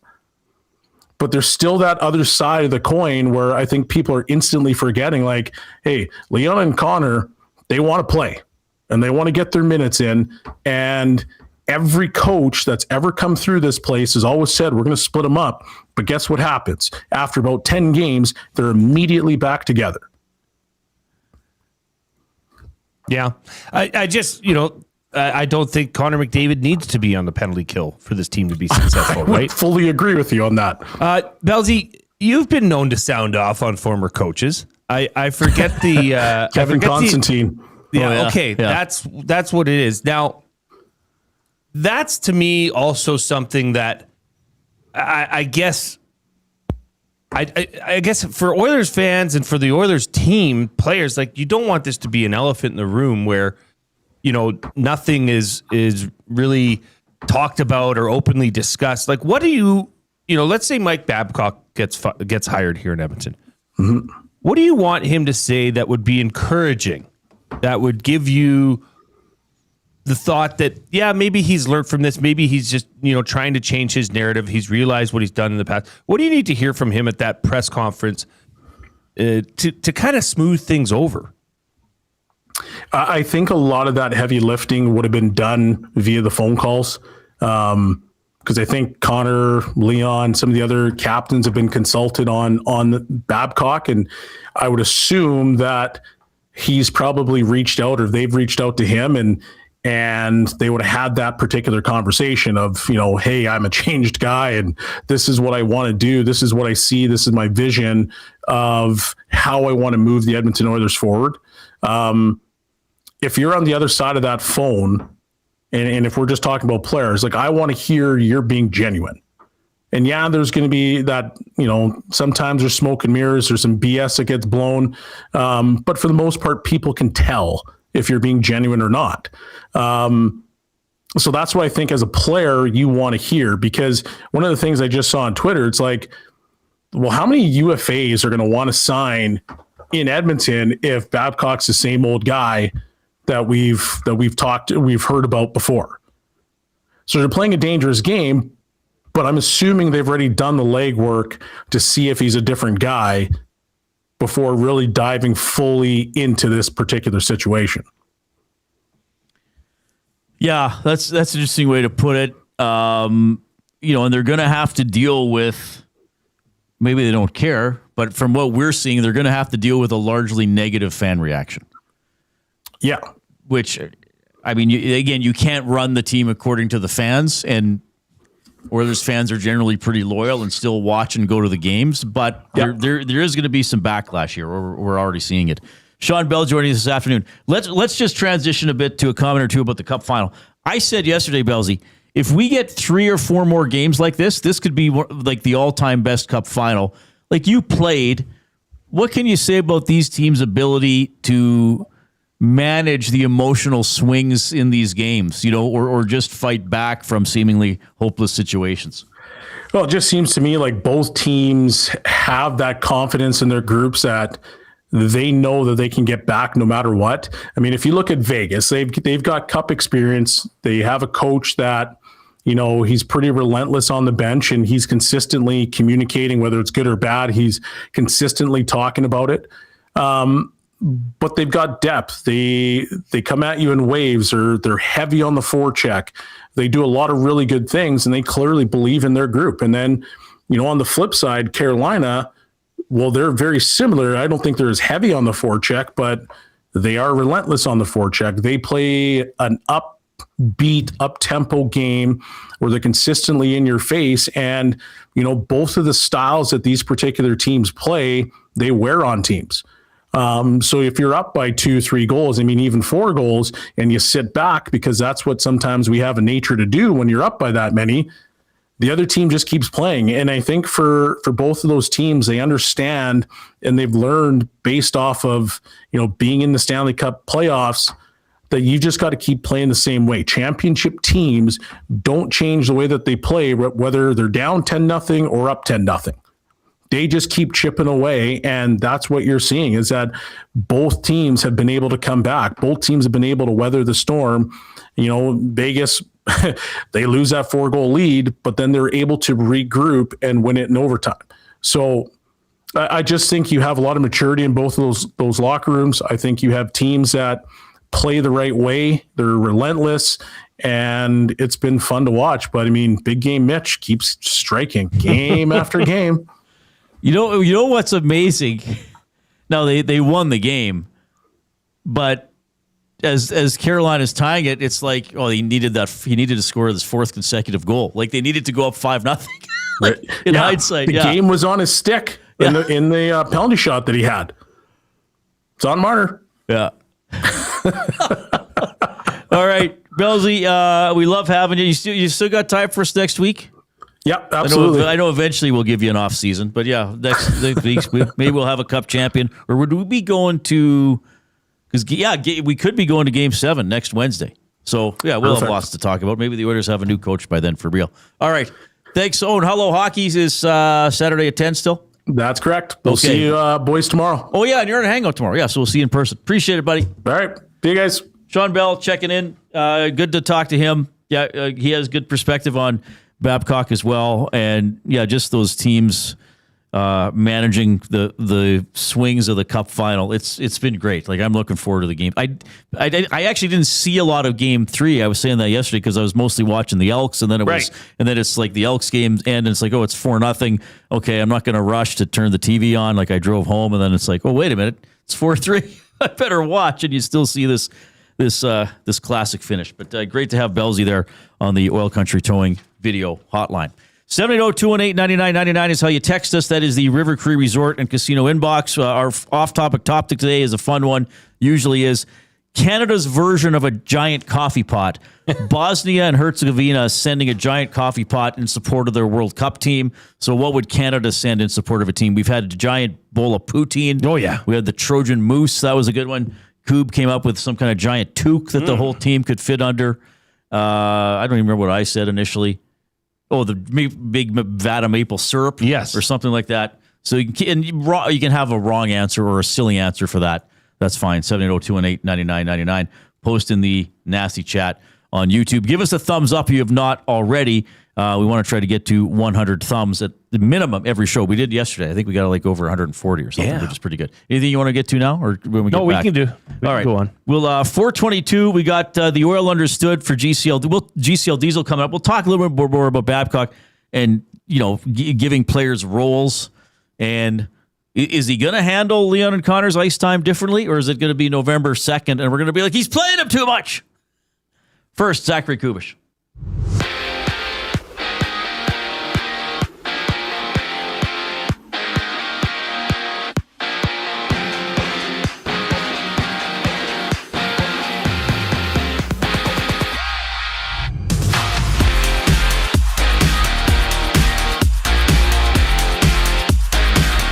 No starting netminder has been confirmed for either the Golden Knights or Hurricanes leading into Game 4 of the Stanley Cup Final. Vegas leads 2-1. Noah Hannafin, Brady McNabb are each expected to suit up for the Knights after missing yesterday's skate.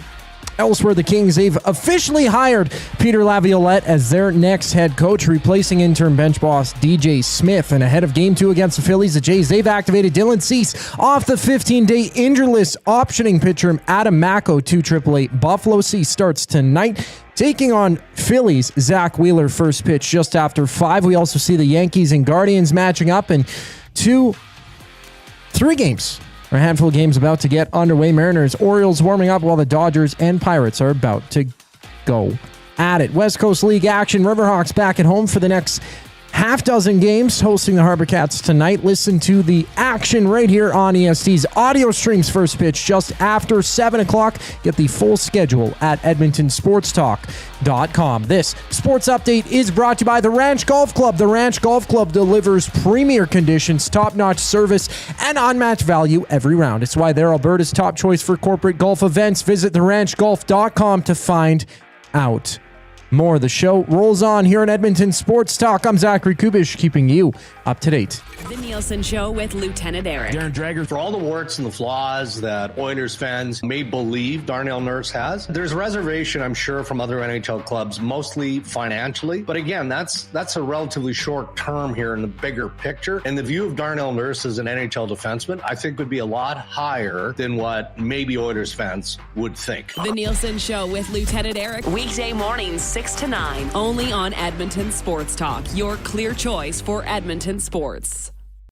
When you bet with Play Alberta, you give back to Alberta. That's because it's the only app in the province that puts all revenue directly back into supporting programs and services that Albertans rely on every day. So next time you place a wager on your favorite team, know that you're also making a difference across the province through Alberta's General Revenue Fund. Visit playalberta.ca/EST to learn more. That's playalberta.ca/EST. Must be 18 plus. If you gamble, use your game sense.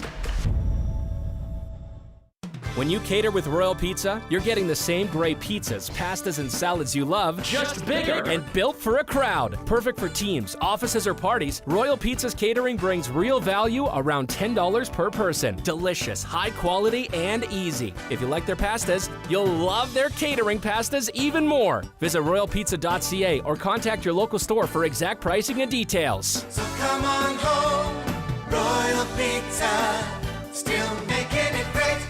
At Firehouse Subs, our subs are freshly toasted, stacked high, and crafted to satisfy. Each sub is piled high with premium meats, melty cheese, and toasted to perfection. Firehouse Subs brings bold flavor to every bite, all served on a freshly toasted roll. But we're not just feeding Edmonton, we're fueling it. Dig into the brisket hat trick, piled with slow-smoked brisket and melty cheese. Or go to the Firehouse Subs fan favorite, the Hook and Ladder. Made to order with smoked turkey, honey ham, and Monterey Jack cheese on a perfectly toasted roll. With 15 Firehouse Sub locations across Edmonton and the greater area, it's easy to grab a hot and hearty sub close to home. Firehouse Subs. Hot, hearty, made to satisfy. When gambling, set a budget before you play. Stay informed and visit GameSenseAB.ca to learn how. Remember, if you gamble, use your game sense. Kayaks, bikes, camping gear? Make space for summer fun with Sentinel Storage. Spend more time on adventures with your outdoor gear and less time looking for them. Sentinel Storage. Try 4 weeks free. Visit sentinelstorage.ca for details. Since 1952, William Huff has been the heartbeat of Edmonton's advertising world. From humble beginnings to a citywide powerhouse, we've been the go-to for signage from print to design and installation. Partnering with Edmonton's top sports franchises and major events, we've helped shape the city's global reputation. Our secret? Unmatched customer service, decades of experience, and a passion for excellence we call the William Huff Advantage. Visit us online at williamhuff.com.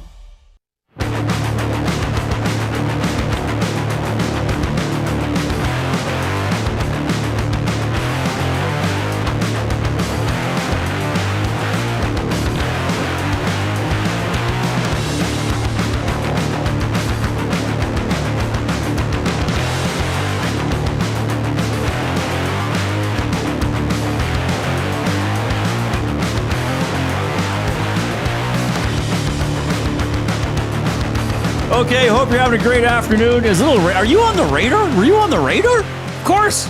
Radar is the word of the day. Jadar? the Jadar. Well, no, I've got to decide what to do with our flag football practice tonight. Oh, right. And at this point, I mean, it just looks like it's going to be wet. And there's a system moving in over top of Sherwood Park in Ardrossan. I mean, these are 10 and 11-year-olds. Like, nobody wants to be outside. Like, the Elks had to practice in the rain. Yeah, they might play in the rain. They get paid for that. We're going to talk to Kilam about the weather. We have the Mark Kilam show at 5 o'clock. I don't know. Well, these 10 and 11-year-olds start getting paid? There's no salary cap? Nah, they get there's no Dairy Queen cap? They get the odd Timbit. The orange slice cap? Yeah. Orange slices. Am I a bad coach? I don't supply orange slices. Well, I don't know if that became a thing because I don't know if that's even a common thing. I think somebody was doing it at a soccer match and it's become a thing to talk about. Post in the Nasty Chat on YouTube. Give us a thumbs up if you're there as well. Let's get to 100 thumbs as quickly as possible. I better do the song again. Oh, that's not the song. There Click, it is. click, click. Must you click? Please, please click. Well, we are must trying to you get click? to 100. You must click. Thumb, thumb, thumb. Sammy over top of my voice. That's beautiful. Sammy Hagar. One of the best. Yeah, I liked him with Van Halen. And I liked Van Halen with rock. You can like both. I feel like sometimes You it's don't like, have to it's like, decide. hey, it's like, hey, I like this song. I also like, oh, you can't? Like, yes, I can, actually. You can be Van I Hagar, can like what or I want. you can be Van Halen. If I hear a song and I like it, I can like it. Yeah. I kind of think that Van Hagar was more put together. It was more not poppy, but it was a little less raw, perhaps. I thought it was less gimmicky. It was more like Sammy Hagar. I like his voice better than David Lee Roth. I thought it delivered more. I think, yeah. Hagar would be a singer. David Lee Roth would be a vocal artist. Well, no, Sammy Hagar would be a singer. David Lee Roth would be an entertainer. Right. Right? Yeah, that's a good way to put it. The splits and the makeup and the outfits. Well, this David Lee Roth clip we play. Is this from Running with the Devil? Yes. Whoa! Whoa! And it's just like during like kind of an Eddie solo. So they're making the album, and was Roth like, hey, what if I just screamed while Eddie's playing the guitar? Okay, Dave, go ahead, I guess. It's like, shut up. Whoa! He doesn't hold back though. You're always getting. You should get some more David Lee Roth. Yeah, we should, because there are YouTube videos where it's like, here's just Roth they isolated, and it's like, oh wow, it's a lot more than just the lyrics to the song.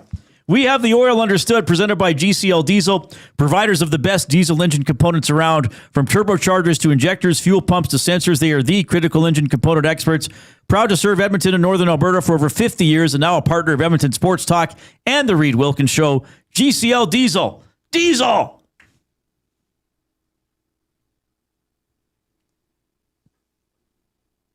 Understood. All right. So look, we're doing a lot of Babcock discussion. Is Mike Babcock going to be the next head coach of the Edmonton Oilers? It appears to be. Somebody, I think it might have been Old Gil, put in the nasty chat, who's going to hold Babcock accountable? Okay. And as I often do, and I think a lot of people in broadcasting do, when something like this happens, you reach out to people you know and say, hey, I'm not going to quote you on the air, but what's your vibe on this? What's your impression of Babcock? Got any experience? You hear anything about him? And I did that. And I feel like sometimes when people do this, some broadcasters like, well, this is what I heard and that's the way it is. I'm not going to tell that to you. This is what I've heard from some people. Mm-hmm. But I do think I received some very mature, interesting comments. And somebody said to me, he's going to need an assistant, sort of, not necessarily to keep him in line. Well, maybe a little bit to keep him in line. Like, hey, Mike, players are kind of worn out with this one thing. I don't know, like something like that. Now, does Babcock want that or respond to that? I don't know. Does Babcock know he has to change a little bit or think he has to change? I don't know. So that's one thing to keep in mind. But somebody else also said to me, a good coach needs to give players roles and responsibilities and allow them to go out and execute that. What's one thing that at times Knobloch was criticized for, at times Woodcroft was criticized for, at times Tippett was criticized for, was that players didn't have roles. It was kind of like, okay, we're in trouble. Connor and Leon, go do your thing. Everybody else, I'll throw you out there and we got a couple extra minutes. Right. You and I talked about, I'll go back to this one point because it was a game you and I really talked about. But there were other instances. Remember they lost to Calgary right before the Olympics? I think they're down 2-1 in the second period. They weren't playing great, but they weren't playing terrible. Okay. But Curtis Lazar and his line were kind of digging and mucking it up. Mm-hmm. And it's like, hey, you know what? That line's doing okay. They're tilting the ice a little bit. Yeah. As the game went on and it was still within striking distance, you kind of don't see that line. And then the next day we were talking about why did that line not play in the third period when they were actually doing something? It just was Leon and Connor and Bush get out there and try and win the game. So here's really the thing with Babcock or any other coach, guys, and we're probably going to talk about this a lot this summer and into the new season. Will a new head coach actually come in and resist the temptation to be like, okay, we're in a little bit of trouble here. Connor and Leon, go save us. You know, somebody wrote that to me today, you know, who also echoed the sentiment of players need roles and responsibilities and, you know, give players a chance to earn that trust and do their thing. Like, hey, if I'm a penalty killer, fine, let me kill penalties. You know, don't put Connor on. Yeah. You know, hey, if you trust me to block a shot in the final minute of the period, fine, put me out with 40 seconds left in a period. Don't put Connor and Leon on every single time. But here's the thing. We realize Mike Babcock is an experienced coach. Okay, whether you like him or not, and even as I've been saying, I think he's been out of the game kind of a long time. He still has experience. Okay, he's still handled the bench. Even people who maybe don't like the human being Mike Babcock compliment his coaching ability, his tactical ability, his X's and O's abilities. When he's actually the coach of the Edmonton Oilers, can he be down? I'm not even going to go to the third period. I'm going to go to the second period. Can he be down 2-1 with 5 minutes left in the second period and the team's playing not great but okay? And can he resist the urge to be like, hey, Connor and Leon have to play 3 of the final 5 minutes in the second. I need to tie it or take the lead before the third. Or can he say like, okay, no, I got other guys in these roles. You know, I trust them. I trust them to take the direction that I'm giving them. I trust them that they feel empowered in their jobs. And it's not the game is still on the rails. It's just wobbling a little bit. And I trust that other players besides 97 and 29 can get it back fully on the rails. Can Babcock do that? I think that's a relevant question for any coach with any experience level that might be coming in to take over the Oilers. Do you think that needs to happen, Reid, for this team to be successful? Yes. You think that this team needs to have... Now, a part of that, plain and simply, is roster construction. Oh, sure. Right? So a major part of that conversation is out of the hands of the head coach. Because if you don't feel like you have the right role players, then why would you keep going back to that well? As opposed to putting on 2 players that you trust greatly. Well, I guess the thing would be is you have to clearly tell the player what their role is. And clearly tell them what their responsibility is. Do you think that's disheartening to a role player when it's their time to shine? And I'll say a player like Curtis Lazar. Sure. Okay. Who did the Lord's work in instances last season. But a player that knows his time and his minutes are limited. But when he gets out there, he knows his role. So do you think that's disheartening to a player or a line when you're in those situations and your number's not called? I'll tell you this. If I were an Oilers player last year and I'd been a penalty killer. Okay. And then at the start of last season, I was specifically taken off the penalty kill in favor of Connor McDavid. I would have been like, well, what is my job? And because I probably wouldn't have said this publicly or to Connor or to any of my teammates, maybe I wouldn't have even said it to my coach, but I probably would have thought to myself, okay, Connor might score 2 or 3 shorthanded goals. I bet you he'll be responsible for 12 power play goals against just because he's on there. I'm not going to score a shorthanded goal, but the 12 goals that he allowed, I wouldn't have allowed. Like, you know, as great as he is, So there, I think, yes, it could be disheartening to, even though you know they're the greatest 2 players in the league or 2 of the greatest players in the league, I think it would be disheartening for a role player to lose ice time that he thought was his little slice of the pie. But then you look at the comments that Leon Draisaitl made after that game before the Olympics. Okay, so maybe the Stars are, maybe even the Stars thought, what the hell? Right, because Leon Draisaitl said we all need to yeah. we can't be the only two doing it. Right. But he even said something like, we need everybody to chip in. We need our role guys to chip in. Yes. So if they're sick of it, the role players that are sitting on the bench are sick of it, then that needs to be communicated to the coach. Right. And I find it oddly it's shocking to me, Reid, what you just said. Okay, you're the PK guy, and Connor McDavid's taking your minutes. You don't can you not voice your concerns to the coach, to the team? Well, I don't know what conversations there would have been with Knobloch. But you're damn rights you can. This isn't a dictatorship. Like if you're upset about things, you have to communicate those things. Because otherwise that'll just stew and create more of an issue. So I don't know. That it seems like I understand what you're saying, Reid. That yeah, this team needs roles. But when it goes the other way, who's saying anything about it? I mean, Leon did say something. I guess he tried to say, yeah. Now, again, we don't know what was said behind the scenes, or. No, we also know, I think there were parts of the roster that were obviously not very great this past season. I mean, did anybody. Okay, Trent Frederick's a great example. Did Trent Frederick have an off season because Knobloch didn't give him a role, or did Trent Frederick just not play well? I mean, did we have a single... I mean, look, well, it's always like that with coaches in Edmonton. The coaches' decisions get picked apart by the fan base, right? The fans are passionate. There's armchair coaching day after losses. I get it. It's part of the fun. It's part of the environment of talking about the team.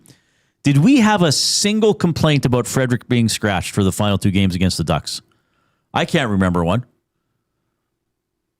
Like, other moves were questioned, You talk about Jari or Ingram and net, or like, did anybody write in and say? So did Trent Frederick not have a role, or did Trent Frederick just not shine in any role? And if Mike Babcock is the head coach of the team, does he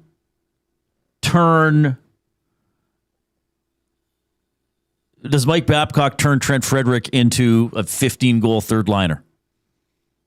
Like, I want to know that from, like, do they believe that? Like, all the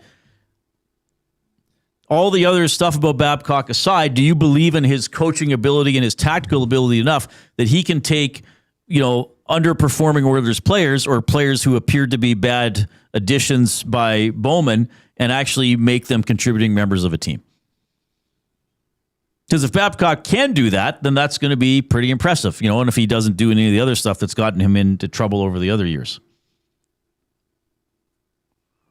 Buster says in the nasty chat, look who has made the finals and look at their rosters and minutes. Tells you exactly what the Oilers need to do. I mean, I'm looking, there's been overtime games, so it's hard, but I looked at game one, and not a single Carolina forward played over 20 minutes, and not a single one played under 10 minutes. Right. Okay? Yeah. They're rolling lines. Clearly. Yeah. Like Connor McDavid in a Stanley Cup Final, game would be over what? Yeah. 23 minutes? What was Vegas at? So this is game one, the only non-overtime game. The only non-overtime game. Vegas is different. I mean, you've got the Keegan Colasars of the world that played 643. He was their lowest. There are probably times he plays more.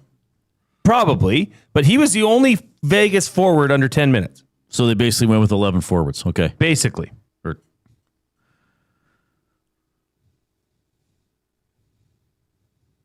Eichel and Marner were the only two forwards to play over 20 minutes, and it was by half a minute. And is Marner on both special teams?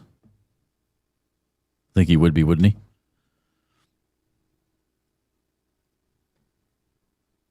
Yeah. I mean, Marner's arguably the best all-around forward in the NHL. Sorry, I had to sneak that in there. Well, why not? Yeah, why not? 780-218-9999 is the River Cree Resort and Casino inbox. So do we have to break? Oh, yeah, we better break. Buying or selling for Damon Bunting when we get back.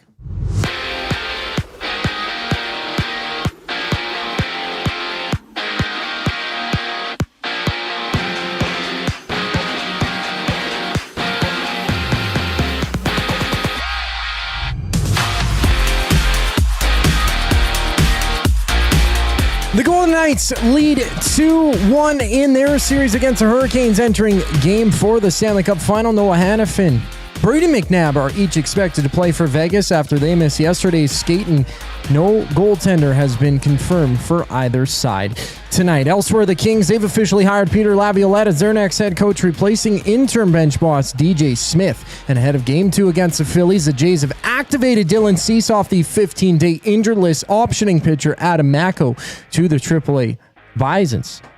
Cease starts tonight, taking on Philly. Zach Wheeler, first pitch at 5:07. We also see 5 teams in action right now. Top of the first, Yankees, Guardians, runless. The D-backs with an early lead over the Marlins, 1-0, and the Red Sox and Rays are knotted at zeros. West Coast League action, the Riverhawks at home to the Harbor Cats. First of 6 games at Remax Field. Listen to the game on any of EST's audio streams. First pitch just after 7.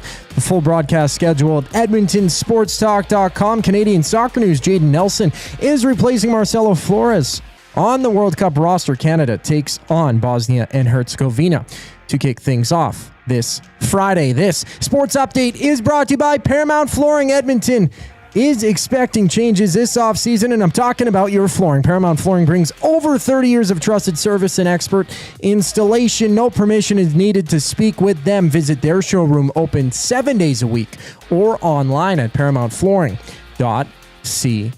Buying or selling, presented by Damon Bunting. Up next here on the Reid Wilkins Show, I'm Zachary Kubish, keeping you up to date. The EST Hangout. I understand and I respect second chances, but why is it always this franchise that has to go and resuscitate careers? If it works, great. But it's like, well, this guy you can't touch with a 10-foot pole because he did this, this, and this, and a criminal rap sheet, and this. Well, the Oilers might take him. Why does it have to be Edmonton? The EST Hangout, presented by Sentinel Storage. Weekday mornings 9 to 11, only on Edmonton Sports Talk. Your clear choice for Edmonton sports. Goodwill is one shopper, finding something I never knew I needed. A jacket, a deal, one donor, letting go of something so someone else can move forward. One program participant, learning, trying, building skills, building confidence, building a future. One purchase, one donation, one job, one choice. Goodwill is the power of one, the power of one, the power of one, the power of one. Goodwill Industries of Alberta. It all starts with one. Looking for quality building materials and friendly advice? Visit us at Windsor Plywood Leduc, family owned and locally run since 1993. From interior materials for doors, flooring, baseboards, and all the finishing touches to all you need for your outdoor projects like cedar lumber for decks and fences, plus all the plywood you'd need. Our full-time on-staff carpenter can help with anything odd-sized or custom, and from domestic hardwoods to exotic selections, we've got you covered. And if we don't have it, we'll track it down for you. Windsor Plywood Leduc. We're the experts you need to know. When you bet with Play Alberta, you give back to Alberta. That's because it's the only app in the province that puts all revenue directly back into supporting programs and services that Albertans rely on every day. So next time you place a wager on your favorite team, know that you're also making a difference across the province through Alberta's General Revenue Fund. Visit playalberta.ca/EST to learn more. That's playalberta.ca/EST. Must be 18 plus. If you gamble, use your game sense. Kayaks, bikes, camping gear? Make space for summer fun with Sentinel Storage. Spend more time on adventures with your outdoor gear and less time looking for them. Sentinel Storage. Try 4 weeks free. Visit sentinelstorage.ca for details.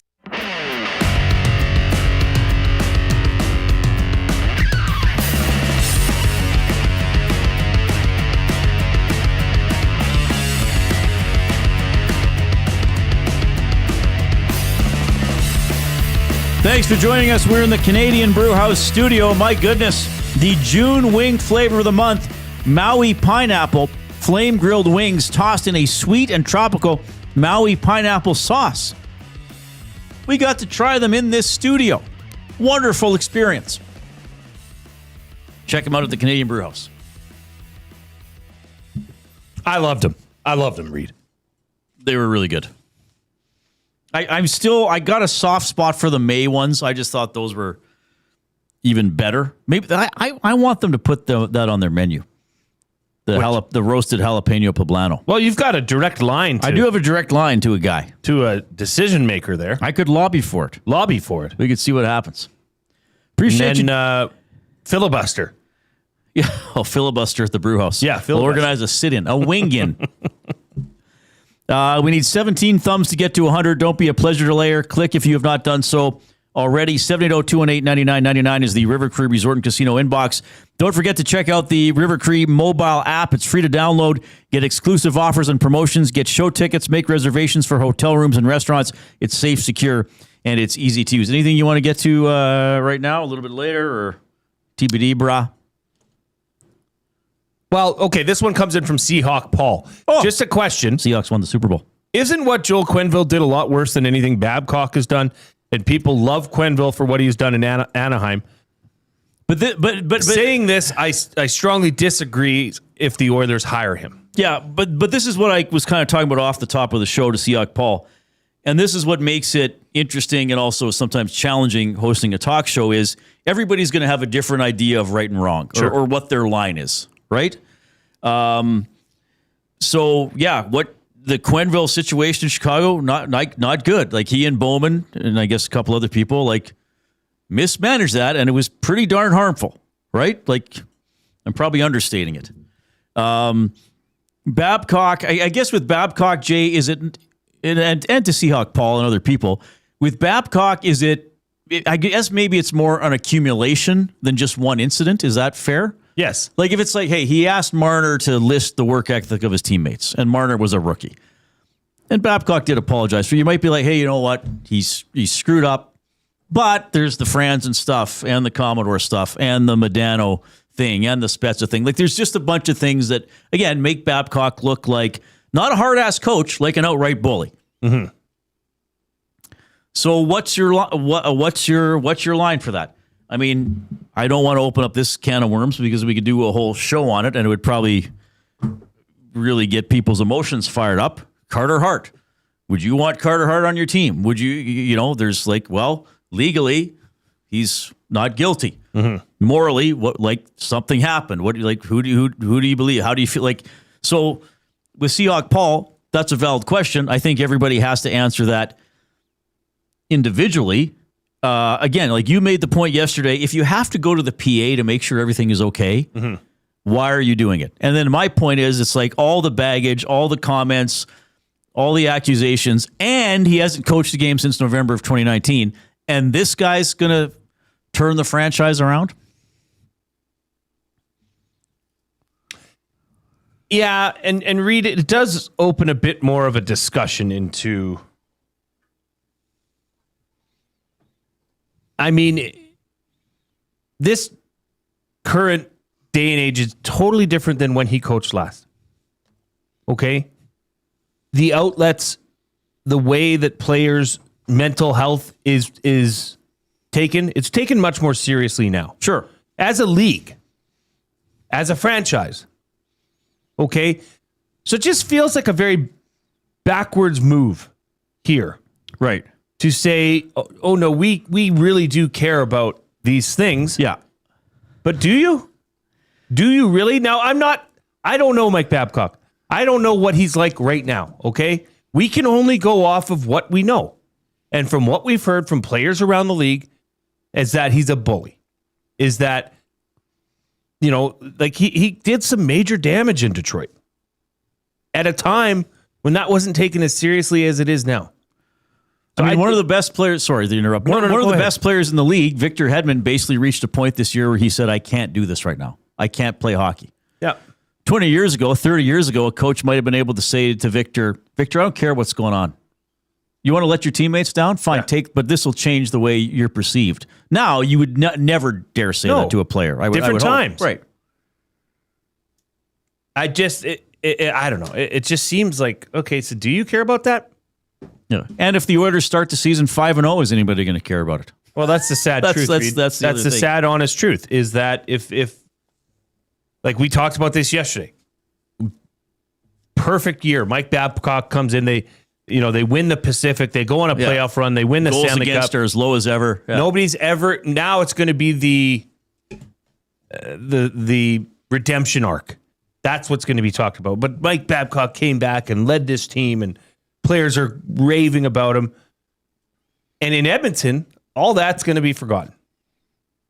Right? So that just should give you an idea of where hockey is in this ecosystem. Yeah. And I believe people deserve second chances. I believe people make mistakes and learn. Sure. But is Mike Babcock at his stage in his life and career when we need to see that what is beyond a second chance? I don't know. Buying or selling for Damon Bunting, a consistent top-producing realtor in the greater Edmonton area for over 18 years. He and his team would love to help you find that right home or make the move from your current home. Community-driven, he understands what it takes to make a difference in our city. Check him out, DamonBunting.com, Instagram handle, Damon Bunting Real Estate. Did you have something you wanted to read? Yeah, okay. You're at, they hire Mike Babcock. Yeah. You're at the introductory press conference. I hope I will be, yes. What's the question you want to ask most? I would want to ask Stan Bowman. I'm not sure how I would word it yet. I would want to say, Stan Bowman, look, there's a lot of negative... There's a lot of negativity around Mike. There's a lot of accusations of bullying, of mistreating players. And when you couple that with the fact that he hasn't coached for 7 years, why do you possibly believe he's the right coach for this team at this time? Mm-hmm. Now, if I don't get the first question, I assume that will be the first question from one of my media brethren. So because that is the biggest question. Like, why is the biggest question, and especially in the Babcock angle, like why, especially given what is said about him and the length of time since he's coached. Always something to talk about. Much different thing to talk about coming up, and something that is a huge positive for Edmonton sports fans. The Elks are 1-0. Mark Kilam, Elks head coach, with the Mark Kilam Show coming up after the 5 o'clock break. Two guys and a goalie. Babcock will play 97 and 29, the least out of any coach we've seen in the McDavid era. Hire it or fire it? Fire it. What? I think it's got to be a hire it. That's why no they brought in. No one has been able to do that yet. And some pretty established coaches. Was it not Babcock that said Todd McClellan plays those guys too much? Yeah. That was him. Got to play them less than. Two guys and a goalie, presented by GS Construction. Tuesday and Thursday afternoons at noon, only on Edmonton Sports Talk. Your clear choice for Edmonton sports. When you bet with Play Alberta, you give back to Alberta. That's because it's the only app in the province that puts all revenue directly back into supporting programs and services that Albertans rely on every day. So next time you place a wager on your favorite team, know that you're also making a difference across the province through Alberta's General Revenue Fund. Visit playalberta.ca/EST to learn more. That's playalberta.ca/EST. Must be 18 plus. If you gamble, use your game sense. The Canadian Brewhouse has a happy hour for any scenario. You finished work early? Happy hour. You finished work because you accidentally hit reply all to the entire company? Big happy hour. Your boss said, great job. Happy hour. Your boss said, per my last email. Ugh, emergency happy hour. You finally closed the big deal. Happy hour. With a huge selection of ice cold drinks and great food, the Canadian Brewhouse has a happy hour for whatever just happened at work. The Canadian Brewhouse. Your day just got happier. There's one game that kicks off summer. Elks football is back, and the best way to experience the home opener is being there when it happens. For every catch, every tackle, every touchdown, hear the roar of the crowd that's been waiting for this moment. Elks, Alouettes at Play Alberta Field at Commonwealth Stadium, June 20th. Presented by James H. Brown, Alberta Injury Lawyers. Lock in your tickets for the home opener now before they're gone at goelks.com/tickets. Edmonton Elks, our city, our year. Get ready for a night of legendary Canadian rock. The River Cree Resort and Casino presents Honeymoon Suite live on June 25th. Sing along to the hits that defined a generation, including New Girl Now, Feel It Again, and more, as Honeymoon Suite takes the stage for one unforgettable night of music and energy.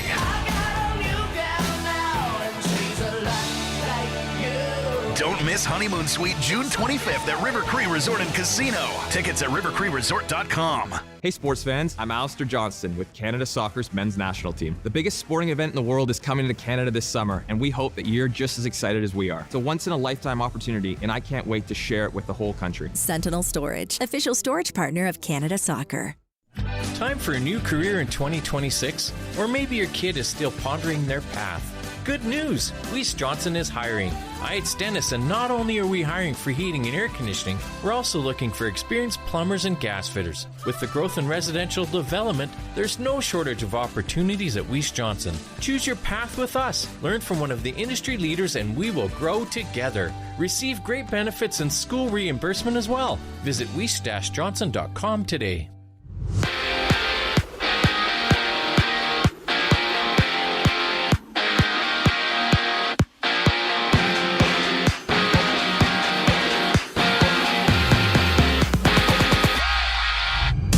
The Golden Knights lead 2-1 entering Game 4 of the Stanley Cup Final against the Hurricanes. Noah Hanifin, Brady McNabb are each expected to play for Vegas after they missed yesterday's skate. Goaltenders on either side are yet to be confirmed. Elsewhere, the Kings, they've officially hired Peter Laviolette as their next head coach, replacing interim bench boss DJ Smith. And ahead of Game 2 against the Phillies, the Jays have activated Dylan Cease off the 15-day injured list, optioning pitcher Adam Macko to the AAA Bison. Cease starts tonight, taking on Phillies' Zach Wheeler. That game gets going momentarily with 5 games underway in the majors. Yankees, Guardians, runless, top of the second. In that same situation, Baltimore has a 1-0 lead on Seattle, and the Pirates up 2-0 early on the Dodgers. West Coast League action. Riverhawks back at home for the next 6 games, hosting the Harbor Cats just after 7 o'clock. Listen to the full game on any of EST's audio streams. I'm Zachary Kubich. That was your sports update. Hour 3 of the Reid Wilkins Show starts right now.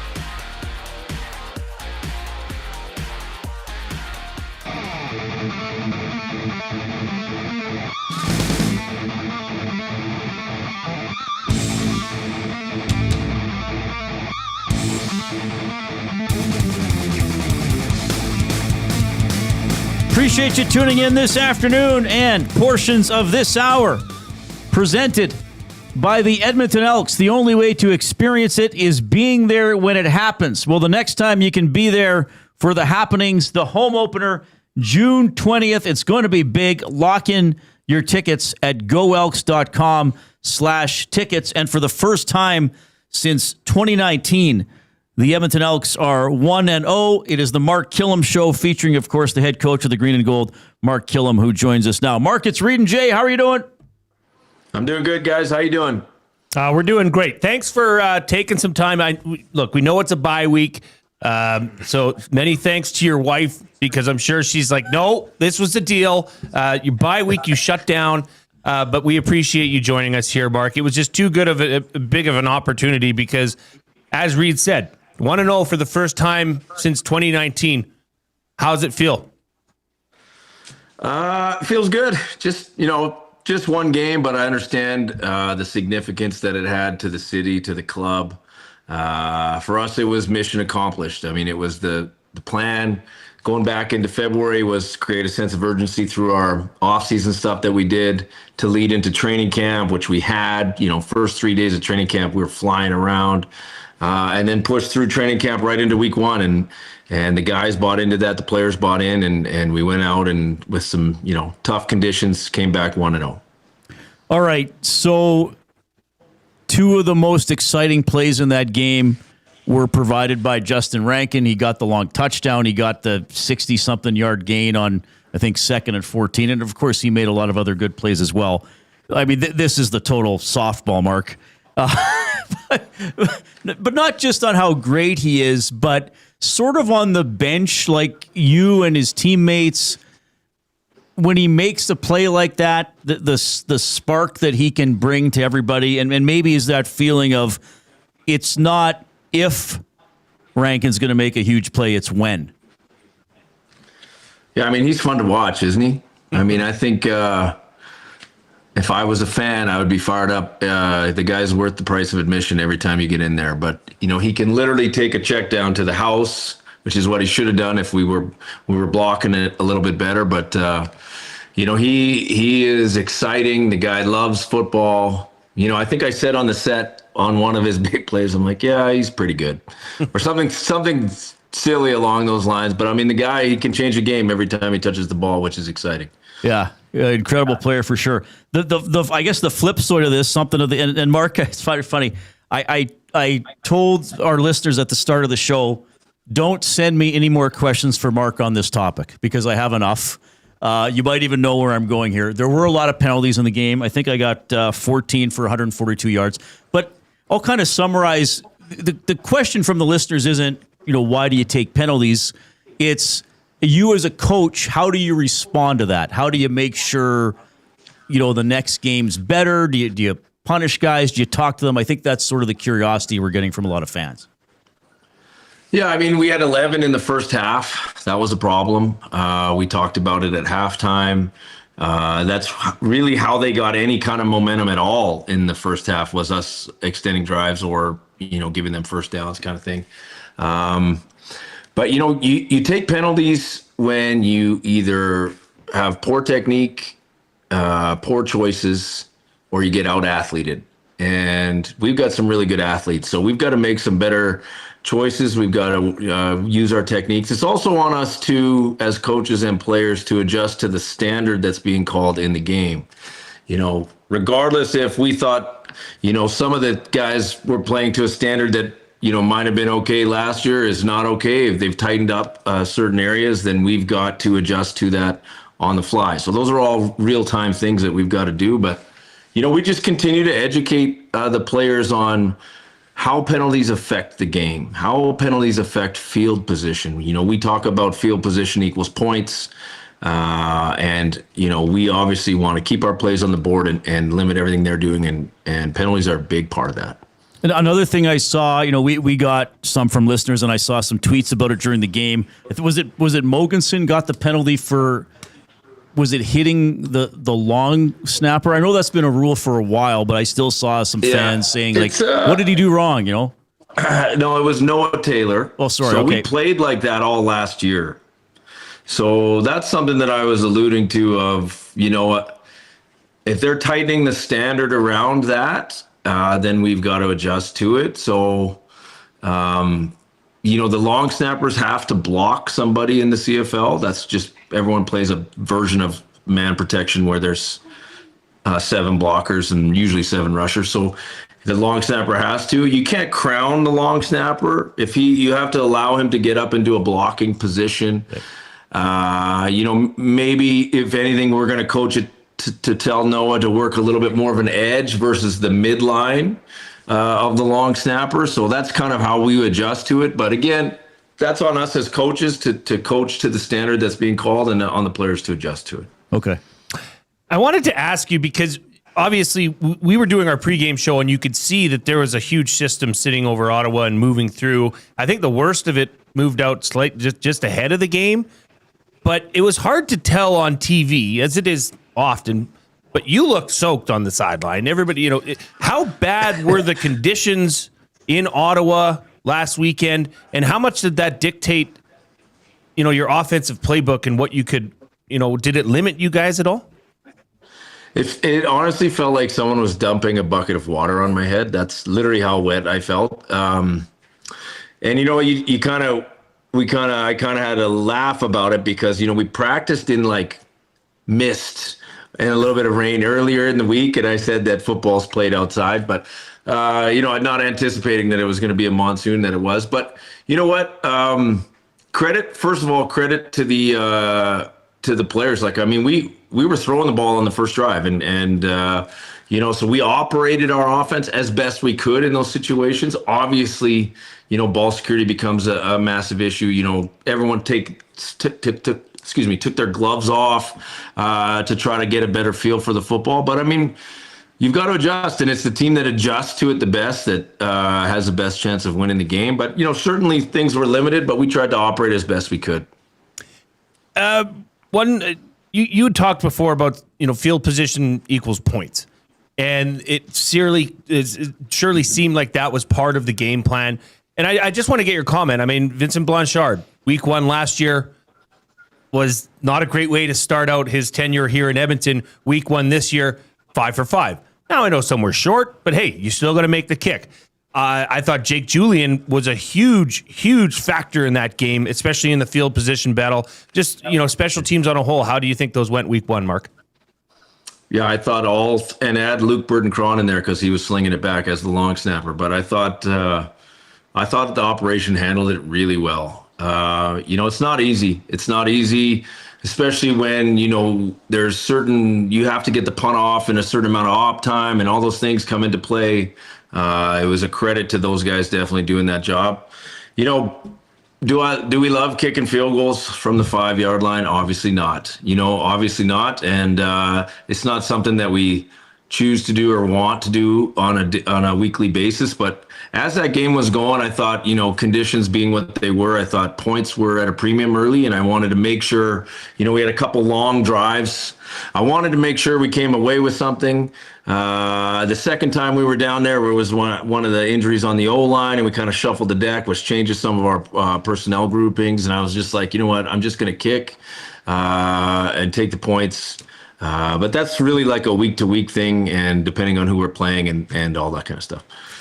You mentioned the injury on the O-line. I believe that was Coulter Woodmansey. Look, I know sometimes we don't get answers on this, but is there any update on him, how he's doing? Yeah, he's unfortunately he's going to be down for a while.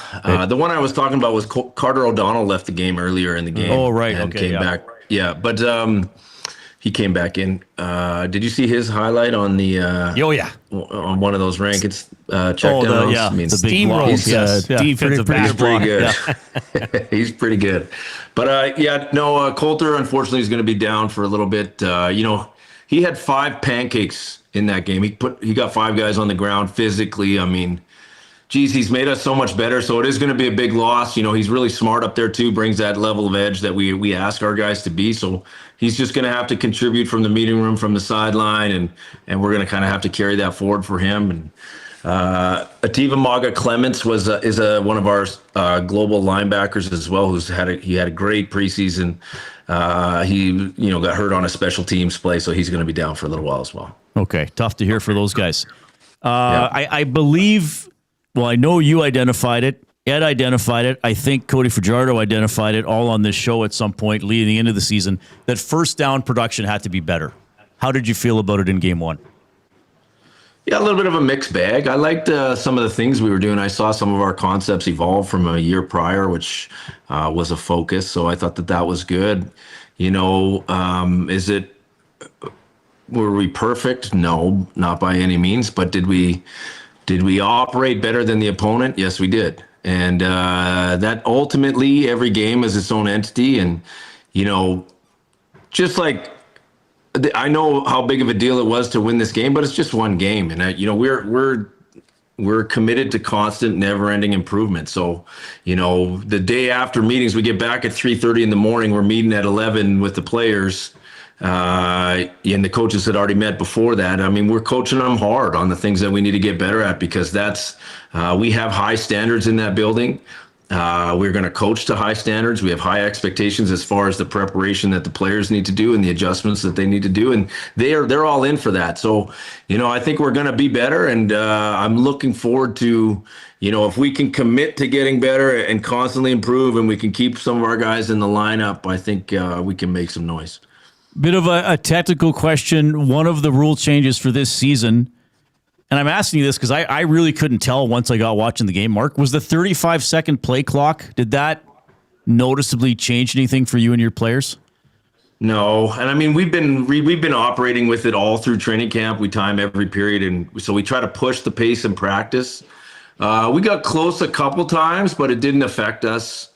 The one that we're still kind of ironing out is like after a PAT, if there's no TV timeout, they run 2 consecutive 35-second clocks before you have to kick off again. So before it was, we could we knew we had time as a kickoff group where we could take the time, we'd get on the field, and then Vin would walk his steps off as the kicker when the 20-second play clock got blown in. But the timing of that has kind of been sporadic through the preseason. So that's where we've noticed we've kind of had to adjust a little bit, but as far as offensively, it wasn't a factor for us. Yeah, I found as a fan watching the game, I couldn't even really tell. So that's good. Yeah. All right, I'll get super picky here.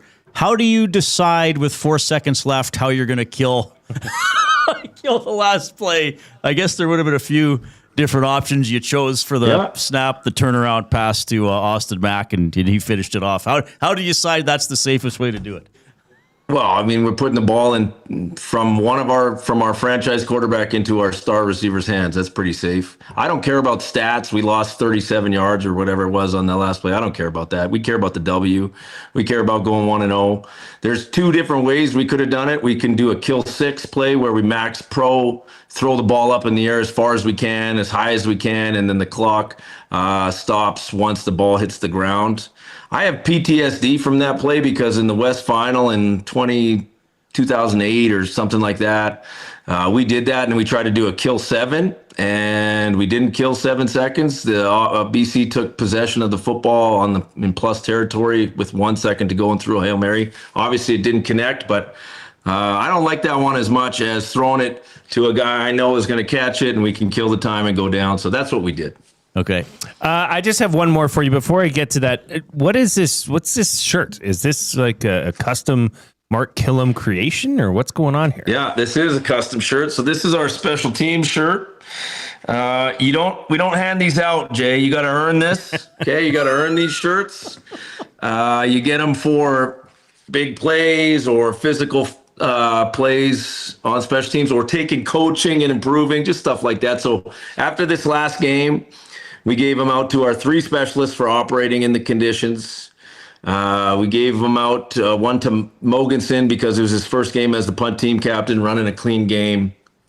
And I think we gave one else out to DK Bonhomme, who had a couple big special teams tackles, including the last one, which was a critical cover late. So that's, if you see them around, they're special team issue, and you can only get them if you earn them. Okay. I like that. That's good. I thought you were going to wear your Block A sweater, maybe. Do you have one of those? Jay always tells me he has one. I'll bust it out. Hey, we'll plan it one time. Yeah. Let's do that. That would be fun. We'll have a Block A party. My last question for you, Mark, and thanks again for joining us here. Bye week, timing. Is this, in your opinion, is this good timing? Or after a week 1 victory like that, would you have preferred just to get back out on the field and back into action? Yeah, fair question. I mean, I think it's a better bye. The way that our buys fall this year is better than last year. After this bye, we're going 10 straight, which we did last year, but we went 10 straight after our second bye in week 5 or whatever it was last year. So, is there a perfect time? No, but the way that we had framed training camp with the players was, the plan was, we structured the volume and everything so that we could push right through and try to, hit that away game rolling and then have a reset. And then when they come back, I'll give them the plan for the next few games. So that's kind of how it is. Is there a perfect time for any of them? No, you'd want to probably try to keep them as many late as you can, but when they come, and you try to maximize them for whatever your football team's in. Whatever situation. Right on. Well, Mark, we appreciate it. Again, awesome start to the season. Good to put that one away. And we'll talk to you next Tuesday. Enjoy the rest of your week. I don't know if you're going to watch hockey, football, World Cup, or maybe just catch up with your family. But you know what I'm going to watch? My daughter's in the city track meet on Thursday. I'm going to go watch that. That's what I'm going to do. Amazing. All right. Perfect stuff. Thank you so much. We'll talk to you next week. Thanks, guys. Thank you.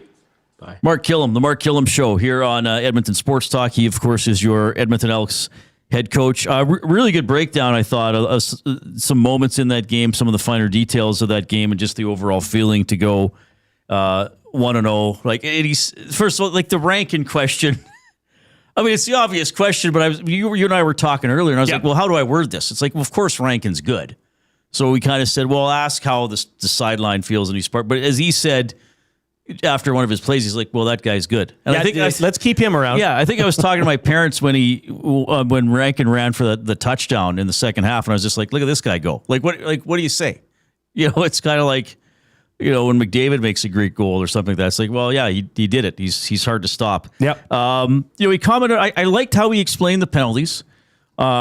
He took responsibility for the coaching staff, saying we got to make sure we coach these guys up. I misidentified the player. He said it was Noah Curtis. Yeah, I thought it was Mogensen too. So my apologies. But I like how he explained that. Like you can contact the long snapper, but you can't kind of go at him straight on. And he also kind of indicated maybe the standard was a little different now than this year, but you got to make sure the players are aware of that. I like how he politely bounced around saying that was a bad call. Because it is a bad call. You just can't, like when the long snapper is down and in position, and long snappers, their heads will sometimes be between their legs looking back. Right. That's when you cannot contact them because it's dangerous. Because you'd be hitting them directly on the crown. And they do not want any part of that in the game. Right. The long snapper had stood up. And then contact was made. So I didn't understand that in the time. Yeah. I thought, there were, like, Ottawa took a ton of penalties too. What was theirs? I had the stats open here.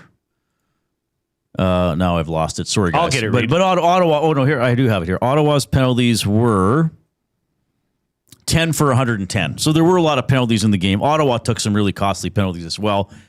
But both teams took a penalty for hitting the quarterback on a scramble. I thought then the Ottawa one was obvious. Like, they were complaining about it, but that was the helmet right into Cody's helmet. It was worse than the one on Jake Mayer by DeBlanco. Yeah. I thought, talking about special teams penalties, I didn't see an Ottawa guy do pyramiding. Now, they only had one replay. It was from further away. Yeah, I didn't like that call either. Like, it's one of those, are the refs really looking for it so they can make a call earlier in the season? But having said that, most of the penalties were like, yep, that's a penalty. You can't do that. You got to play smarter than that, or put yourself in a better position. Well, and we didn't get to talk too much about the defense, but I mean, they held Ottawa to 30% on their second down conversion. Last year in week 1, Reid, when they went out to BC, BC was in the 80s. Yeah, no, a better team, but still 80s. The conditions, but I don't care. You can say conditions. You can say it was Ottawa. That doesn't matter. That defense knows what they have to do. Yeah. That's why we've talked about it. That the strength of this team is Justin Rankin and that defense. And lo and behold, look what happened out in Ottawa. Yeah. Right? And I'm glad Mark gave a better idea of what the conditions were like, because when you're watching that on TV, you can't really tell and get a realistic, like he said, it was like people dumping a bucket of water on him. Well, it reminded me of last Monday, the Canada soccer game here in Edmonton. Sure. When you saw the wide shot on TSN, it didn't look like it was raining. Right. But when they went to field level, it was like, oh my God. And that's kind of what it was like in Ottawa. Though I did text you, I think, early in the game. I was like, can TSN wipe the camera off? Yeah, it was. The first few camera shots were tough. Bubbles all over them. I was impressed with the Elks defense. I thought they played fast and physical. But what did Sherritt say when he was on with us before last season? That he wanted speed and violence. Mm-hmm. And I always felt as if there were a lot of Elks defenders around the ball. And to me, that's a sign of a good defense, which means, because I think, and now you played it, this is me as an observer, if you have a lot of defensive players around the ball, you have the athletes and you have the intelligence. Yep. Because they're getting to the right place, which requires both speed and understanding what the offense is doing. Well, and you have the buy-in, Reid. You have that barking dog mentality, like a dog on a bone. It's not good enough if one guy makes a tackle. Everybody get your asses there and let ball out. Right. Like, you do it as a collective. You do it with aggression, and you do it with speed. And when they caused the fumble, Blanco caused the fumble. What I like, several things I liked about that play. First, he went for the ball and caused the fumble. He put himself in a position where if he missed the ball, he was probably going to tackle the guy. And then the Elks, again, had other players around. Yeah. So when Blanco knocks the ball loose, I think there were 3 Elks closer to the ball than the nearest Ottawa guy. And then you also realize, if Blanco misses the tackle, he still would have slowed him down, that ball carrier is swarmed by other Edmonton players. So I thought there were some encouraging moments. Well, even that missed fumble on the short yardage. Like, Cordell Jackson was there. Yeah. He was Johnny on the spot. If the other team's going to hand you an opportunity, you better get on it. You got to be there and take advantage of it. And it's a good thing Duggan made that tackle because Cordell Jackson was gone. Yeah. And by the way, like Ottawa handing off on that other short yardage play, I was like, thank you. We're gonna stuff that. You need you're third in a yard. Yeah. And you go line up and shotgun and add 4.5 yards to it. Where does that make sense? Yeah. All it takes is one player, and it happened. Malik Carney blew up former Edmonton Elk Ivy on the left tackle, and it disrupted the play. Play stopped dead in the backfield. And Carney, I'm going to sound really kind of whiny here, but Carney was getting held all day. Yeah, the one they called on him was, I thought he slipped. Reid, Whereas think of that too. other games, other plays, it looked like he was really being held. You think it's tough on the receivers and the quarterbacks with conditions like that? It's very hard footing-wise on that defensive line. And I thought Malik Carney played fantastic. Yeah. Like, I want to see what this guy can do in normal conditions. Because that was a great start for the Malik Carney era here in Edmonton. Yeah, and I want to see the Elks keep building. I'm glad it's a good team like Montreal coming in on June 20th. Bring it on. Like, let's see what these guys are made of, right? And look, we don't know how the season's going to go. Maybe Ottawa will turn out to be the worst team in the league. Well, then beat them. Hey, the red zone, they only was 1 for 5 touchdowns. That has to improve. Mark referenced that, but they can work on that. I know there were some people, me included, that got a little nervous when they got to within 8. Yeah, I guess you could say you'd like to close it out a little better, but you had the 16-point lead. You had Ottawa in a chase position. It's like we say in hockey. Well, you can come back from 3-0 down with 10 minutes left, but you need to go perfectly. Okay, Ottawa, you're down 16 with 5 minutes left. You could win the game, but you pretty much can't lose a play. Exactly, and that speaks volumes to the decisions that were made earlier in the game. When, Elks fans might be saying, go for it. You're in the red zone. It's 3rd and goal from the 4-yard line. But they kicked 15 points worth of field goals. That was a difference. Within the 4 of those field goals within the red zone, right? Yeah. So that was a big difference in the outcome of the game. Yeah, a really good performance overall. They got the win. They're 1-0. We don't have to be sitting here on the bye week saying, "Oh, they lost in June again." Yeah, bad. So. And I say, bring it on against Montreal. By the way, I would not expect local guy, Justin, friend of the show, I would not expect Justin Lawrence to be the Als center for that game. He got hurt in the first game of the season. Yeah. That is a loss for them. He's obviously one of the better O-linemen in the league. We'll be talking about that game. That's next Saturday, June 20th at 2. Correct. So you and Newanik will be on at 1 p.m. on that Saturday for the Green and Gold Kickoff Show. We also have the Edmonton Sports Talk tailgate back. Oh, there as well. Goodness. So, first home opener, we got the boys down at the tailgate there as well. Are you working at that day? I'll have to confirm. I was emailing Dusty. Paul Stanley's going to be there just wailing every 5 seconds. He should. It'll be Trev and myself. Are you kidding me? Oh, my goodness. So, tons of home games. We'll be down there. Benny, Trev, and I in rotation. I'm not sure what we're going to be doing. I can't wait to see you, Coop, because I'm going to be there. Yeah, let's go. Oh, yeah, you and Awanak broadcasting from Commonwealth Stadium. Yeah. I'm going to watch the game as far away from Awanak as I possibly can. Please, come join us. Yeah, act like you don't know him if you see him in the press box. Brah, who are you? All right, 780-218-9999 is the River Cree Resort and Casino inbox. A lot of Oilers and Babcock talk over the last couple of days, but we're glad we got to talk about some Elks. If you got some Elks comments, throw them in the inbox. Yeah, text us. In the Nazi chat. PlayAlberta.ca, the Play Alberta app for Jay's Play of the Day, which is Hurricanes Knights over 5.5 goals. Both teams to score 2 and a Taylor Hall point. So the minimum score you need is 4-2 then. Correct. Right. Hey, I'm not as dumb as I look. Nobody can be that dumb, Reid. That's been boosted to plus 221 over at playalberta.ca. Click on sports. Click on EST specials. Also, for more details, check out playalberta.ca/EST. Oh, yeah, that's a good little website. Very good little website. All right, words of the day coming up. And we'll have some other fun discussion. I'm going to get into some movie stuff. Yeah, let's and I got another question for you about the weather. Well, it's more interesting than just the weather. Okay. You'll see what I mean. Here's Here's the coop.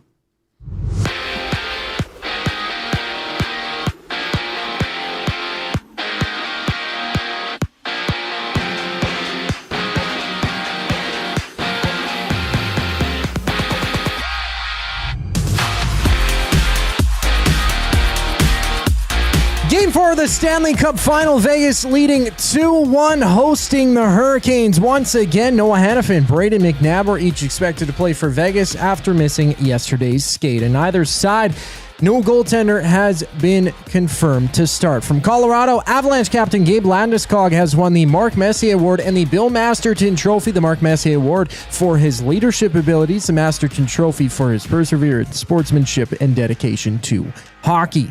Dylan Cease is back for Toronto Game 2 against the Phillies after taking off the 15-day injured list. Adam Mackel being optioned to the AAA Bisons in that same move. End of the first. Currently, Phillies up 1-0. Dylan Cease back to the bump for Toronto. Bryson Stott up to bat for Philadelphia. A handful of other games are underway in the majors. Dodgers down 2-1 to the Pirates. Bottom third inning midway through the fourth. The Red Sox with a 1-0 lead on the Rays.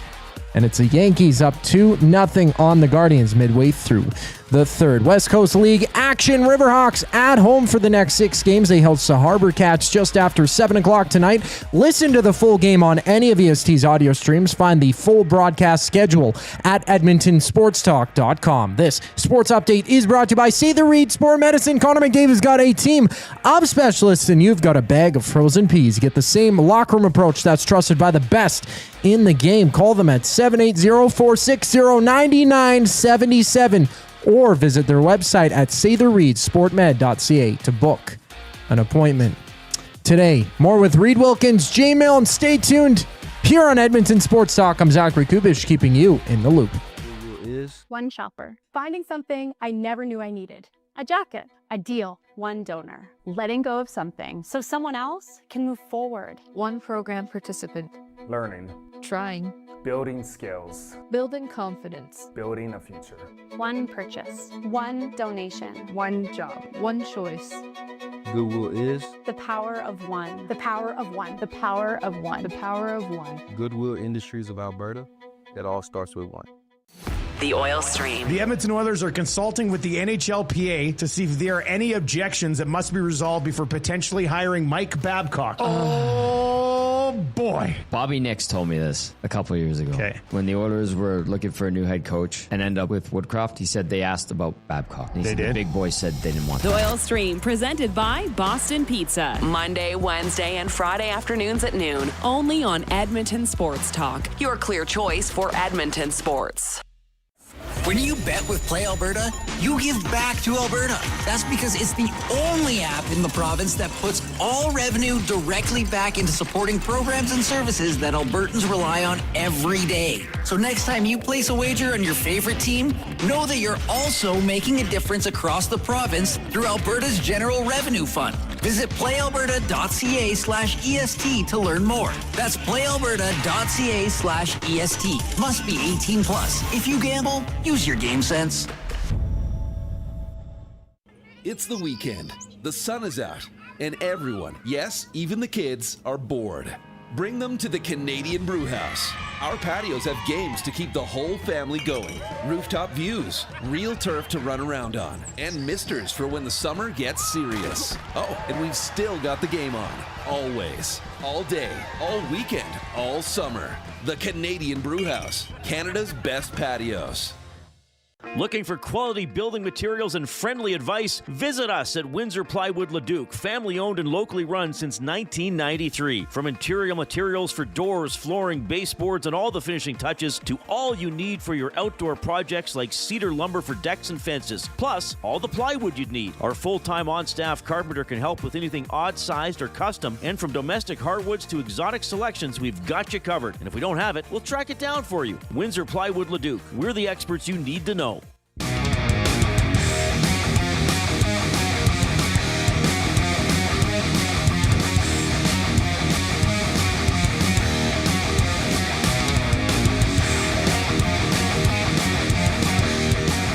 All right, hope you're having a great afternoon. Always fun to chat with you. Talking a lot of Mike Babcock today. Mark Kilam, the head coach of your Edmonton Elks, was just on the show. He's got the Mark Kilam Show every Tuesday at 5 here on Edmonton Sports Talk. That's presented by your Edmonton Elks. And again, go to Go Elks to the website. Get your tickets, look at the schedule, learn more about the players, look up stats, whatever you need. It's all there as the Elks are indeed 1-0 for the first time since 2019. Portions of this hour presented by the home stadium of the Edmonton Elks, Commonwealth Stadium. Welcome to the jungle. It's time to come alive and get ready to be thunderstruck. These aren't just songs. They're the biggest concerts of the season. Guns N' Roses, Foo Fighters, AC/DC, Post Malone, all coming to Commonwealth. For more information on the biggest shows at Commonwealth Stadium, go to edmonton.ca/Commonwealth. All right. Got a question for you. Ooh, should I? We're at the time of this year. Should I be seated?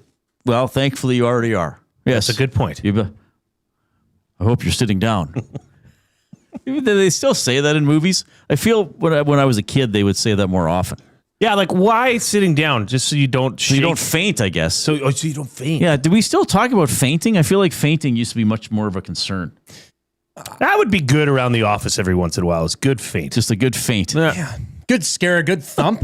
We've got too many glass-in offices here, though. It could be problematic. You could fall out the window. So, when do you take advantage of the extra daylight? Morning or evening? Oh, and for runners, morning run or evening run? Morning. Yeah, I'm way more morning. Morning. I can't run in the evening. Reid, if I could, like we're up at about 6:40, 6:45. Things are stirring, right? And then 7 o'clock, the alarms go off, and I've been up, not on purpose, but I've been awakened at 4:30 in the morning. And it's light out already. Yeah. And it's like when you do work in the morning or yard work and you get out there early, like this morning, I had this backyard of our house. I had the lawn cut and it was still 8:30. Well, congratulations. Did you post a picture today? No, it was the backyard. That's for the private reserve. But you know what I mean? It gives you a sense of accomplishment. And the weather is just so fresh in the morning if it's a nice sunny day. Right. I find the morning to be much more relaxing and you have more energy. Like after a long day or after a day, you may just want to go home and chill out a bit. Yeah. But yeah, to be honest, on the weekends, I probably take advantage of the sunlight more in the evenings. Right. You stay up, maybe you have a campfire, stuff like that. Yeah. And then when you do things like that, it lessens your ability to take advantage of the sunlight in the morning. True. Yes. Yeah. I'm more of a morning runner. And I've been running twice a week now. And my weekend, or I guess I didn't run on Sunday because it looked like it might rain. But I've been out the last few weekends. Well, maybe since the middle of May. I've been out before 9 starting my run. Yeah, that's phenomenal. Yeah. So I cut my lawn and went for a run today.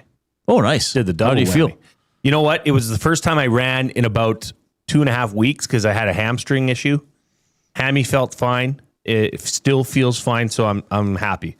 Because if I'm going to be doing this, I got to get back to running at least twice a week. Yeah. When I was golfing more often, well, I haven't golfed at all this year. I mean, my buddies and I, we'd be down at Riverside at 6 a.m. We'd have that first tee time. Give me the first tee time. Yeah, well, because then they worked. They would golf and go straight to work. When I was doing inside sports, I was in the afternoon, so it wasn't as well. I could go home and nap, right? Sure, because you're up at 5 to golf at 6. But the beauty about when you're golfing that early, I mean, once you're out there golfing, the body gets going pretty quickly, and you just have the energy. But it's a 3-hour round.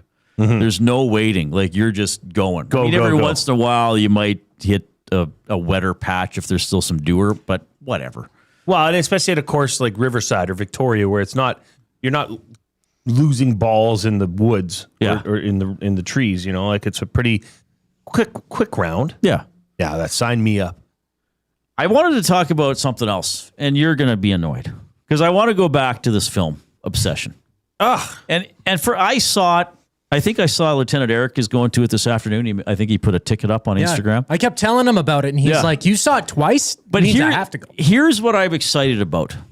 First of all, I think it's a really good movie. Okay. I would say it's a very good movie. I think it's cool. It's a horror movie. It's creepy, but it's also kind of fun, and it's fun. Like it's fun to talk about. I saw it Sunday afternoon. Had separate extended conversations with both Ben and Zach about it because they've seen it. They are into it. But what really excites me about it is seeing Ben and Zach be excited about it.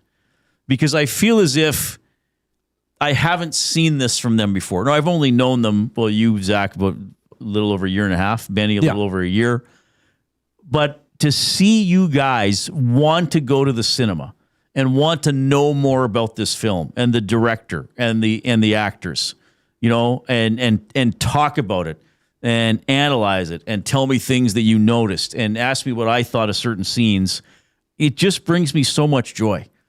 Because I worry about the future of people going to the theaters now with streaming and movies aren't in the cinema for as long. Usually, as we said yesterday, this movie has made more money after each weekend. I think the first movie to do that since E.T. Wow. So to see that word of mouth and people going, and it's sort of caught fire. And it is, the director's 26, the cast is young. Nobody's really a huge name in it. So it's like a whole new sort of crop of people, and who knows what they're going to do next, whether it's going to keep going. But I've really enjoyed seeing the enthusiasm you and Ben have for it, and it's made me happy to have those conversations with you, because I think it's a universal thing that if you go to a movie and you have that connection, and then to share that excitement with other people, because let's face it, sometimes you and Ben have said to me, I don't know, it's too long. I don't read a book. I don't want to sit through a movie. And both you guys have that. Yeah, both you guys have gone twice, and you're still noticing it. I'm sorry, the movie's Obsession, if I didn't say that. Right. Yeah, no, I didn't even check my phone once during the movie. Well, you shouldn't check it at all, ever. Never. No, I turn it off. Just jokes. I don't have the attention span, though. Is Obsession like the early favorite for movie of the year? I don't think it's going to win Best Picture. Why? Because it's not the type of movie that wins Best Picture. Which is a sham. It's pretty odd. But if it's the best movie, it's the best movie. But here's the thing, Jay. It's not going to be the best movie of the year. It's still a genre film. It's still going to turn a lot of people off. And I notice I've said it's a very good movie, not an excellent movie, because if you were to ask the critical side of me to pick it apart, there were some things that I would say, well, okay, that could have been better. That they could have been tighter. Like I was saying to you, Koob, it doesn't really have a narrative.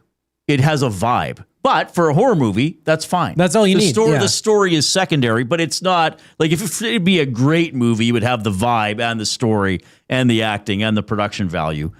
But it would not surprise me. It could get nominated for Best Picture. They've expanded the field to include 10 movies just so they can get movies like this in there. Mm-hmm. Box office movies that came out in the spring or summer, because usually that award season is in the fall and in the winter. Oh, let's put out the big productions, the big heavier ones or whatever. Maybe it gets a nomination. And they can't ignore the box office success. I mean, it was made for what, $750K? Yeah, that was it. It might make $400 million by the end of the year. It's well over 200. And people just love it. Like you said, people are actually excited about it. People are noticing it. Right. Especially younger audiences, as you alluded to. Like, there's never been really a movie that has been... Barbenheimer was a thing, but those are massive, massive movie productions too, right? Like the Oppenheimer, Barbie duel, where you'd go see the one because they released the same day, and then you'd go see Barbie or Oppenheimer, whichever order. Yeah. Now people are like seeing this. When I went the second time to view the movie, the people I went with have already seen it themselves. So there's a whole bunch of second-time viewers. Yeah. But that's why it maybe could get an on, because there are themes and subtleties to it beyond like it's creepy. And the title and the marketing, if you see a trailer, are actually misleading. And I won't give any more spoilers, because the obsession is not the obsession that you think it is. Yeah. Basically. To simplify it. Sure. So sorry, Jay. I know you're tuning Koob and I out, but I'm not. I'm just excited. But I do think I predicted it'll get at least one Oscar nomination. I don't want to say why. Well, I think the lead actress, Indy Navarre, will probably get nominated for Best Actress, just because it's such now a celebrated performance. Mm-hmm. That it almost might be like. And who knows, maybe she'll win it. I mean, it's sort of just this lightning in a bottle, catching fire type of movie, and specifically her performance. I mean, the movie is not the movie without her doing what she does. Somebody who nobody has ever heard of once before. Right. I think Really. she was in Lois and Clark. I read. Oh, okay, sure. Yeah. It Yeah. says The it was Superman- partly inspired by an episode of The Simpsons. Yeah, the monkey's paw. One of the. Really? Yeah. The film was shot in Los Angeles in October of 2024 for $750,000. In like less than a month, wasn't it? And it's already grossed over $229 million worldwide. Yeah. Curry Barker, the director and what was it, writer as well? Him and his dad. His dad helped with some of the scenes. Oh, yes. We were talking about that for sure. And he was like former YouTube guy. Apparently, Indy Navarre was a Call of Duty Twitch streamer as well. Like there's clips of her that's coming right. out Yeah. that she was online doing Twitch. So it's just like, it's fascinating though to see people like that who are unknown making this big of an impact. This is exciting. Yeah. Yeah. People my age, This Jay. is awesome. People my age. Gotta love this. That's I'm so excited for people your age. Thanks. Yeah, this is a. I can feel the excitement. Here's the thing. This Like, is a defining moment in world history. If your daughters were 5 years older each, we don't watch horror movies, man. Oh, they'd be going to this. I don't know. I think everybody and their they'd friends be going would to be this. Yeah, this would be right in their wheelhouse. I think. Back to If you allow reality. that. As per Elliot Friedman, Bussy is in for Carolina. Oh, huge. Like Anderson is not suiting up. Well, he's backing up probably. Nope, he's not in the build. No, just kidding. Don't bother showing up. Yeah. That's for me, boy. We'll go with the e-bug. All right, thanks for that. Yeah, game coming up in about half an hour. We'll take our break here. One final update from the Coop, and then we have words of the day for the Edmonton Public Library.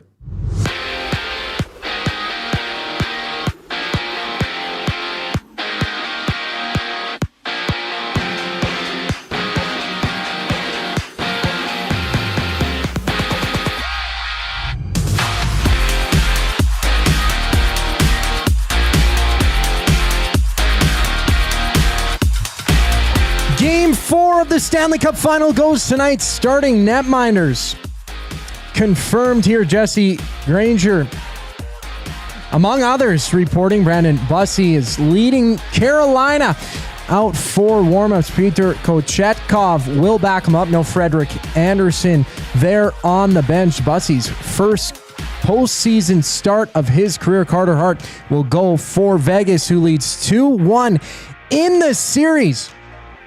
And on the ice, Brady McNabb and Noah Hannafin are suiting up for warm-up on the side of the Golden Knights. From Colorado, Avalanche captain Gabe Landeskog has won the Mark Messier Award and the Bill Masterton Trophy. The Mark Messier Award for his leadership abilities, the Masterton Trophy for his perseverance, sportsmanship, and dedication to hockey. Jays, they're in action, top of the third against the Phillies, down 1-0 to Philadelphia. Dylan Cease back on the bump. First game back, being activated from the 15-day injured list. Now midway through the third there, it was Adam Macko being optioned to the AAA Bisons in that move, with Cease coming off the IL. Around the majors, handful of other games are live. Top of the fifth, Red Sox down 3-1 to the Rays, in bottom fourth, the Dodgers trailing by a run against the Pirates. Riverhawks, they're in action tonight. 7:05 first pitch against the Harbor Cats from Remax Field. Listen to the full game on any of ESD's audio streams. Find the full broadcast schedule at edmontonsportstalk.com. Words of the day up next for the Edmonton Public Library. Here on the Reid Wilkins Show, I'm Zachary Kubish, and you're up to date. Afternoons. Derek Van Dietz from NHL.com. Why are the Oilers always the team hiring controversial favors? I don't think they have a game plan. I think they're really flying by the seat of their pants here. Kind of just a calamity of missteps and mistakes. Like, do they know what they're doing? Who is calling the shots here? Because you need one guy to call the shots. EST Afternoons, weekday afternoons 1 to 3, only on Edmonton Sports Talk. Your clear choice for Edmonton sports. At Firehouse Subs, our subs are freshly toasted, stacked high, and crafted to satisfy. Each sub is piled high with premium meats, melty cheese, and toasted to perfection. Firehouse Subs brings bold flavor to every bite, all served on a freshly toasted roll. But we're not just feeding Edmonton, we're fueling it. Dig into the brisket hat trick, piled with slow-smoked brisket and melty cheese. Or go to the Firehouse Subs fan favorite, the Hook and Ladder. Made to order with smoked turkey, honey ham, and Monterey Jack cheese on a perfectly toasted roll. With 15 Firehouse Sub locations across Edmonton and the greater area, it's easy to grab a hot and hearty sub close to home. Firehouse Subs. Hot, hearty, made to satisfy. Get ready for a night of legendary Canadian rock. The River Cree Resort and Casino presents Honeymoon Suite live on June 25th. Sing along to the hits that defined a generation, including New Girl Now, Feel It Again, and more. As Honeymoon Suite takes the stage for one unforgettable night of music and energy.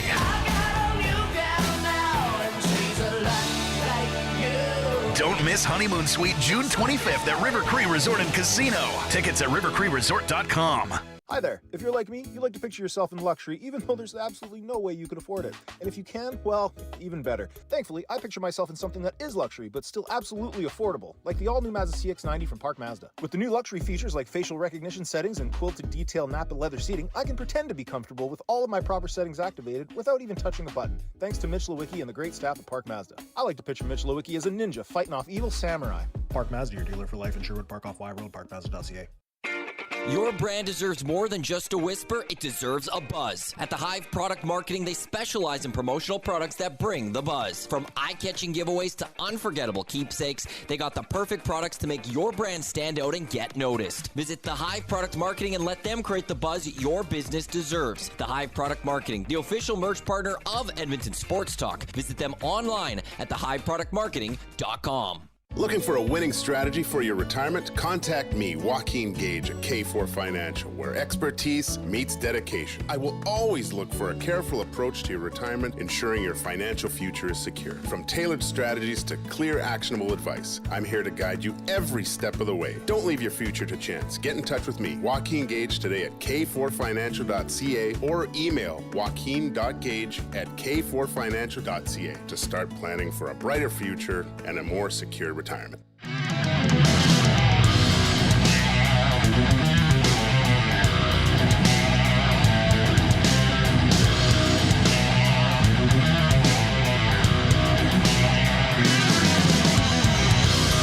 my goodness, we're back. Okay. Words of the day presented by the Edmonton Public Library. How about this? Gather a team of fellow detectives and head to the Stanley A. Milne Library on Saturday, July 25th for Locked Library, The Bookcase, an after-hours escape room adventure. Whether you're a puzzle pro or just looking for a one-of-a-kind night out, Locked Library offers suspense and unforgettable fun in one of Edmonton's most iconic spaces. Tickets now available for this library fundraiser at epl.ca/lockedlibrary. Early bird pricing ends on June 30th. How about that? Escape room at the Milne Library. Are you going to go? That's off the That'd chain. Be fan. That is off the fun. chain. I might have to do that. Hey, maybe a little recreation of Obsession at the old Milner. Yeah, we could get the bookbinder out.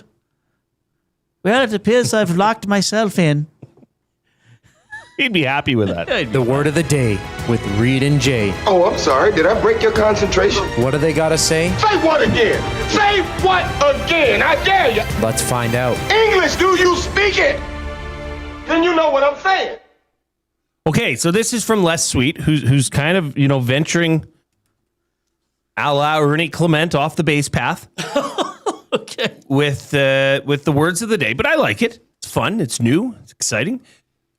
So this is the acronym edition. Oh, right. So instead of a definition, provide the words which make up the acronym. It says, note, I did check for the sake of due diligence, and according to Merriam-Webster, acronyms are words. Okay.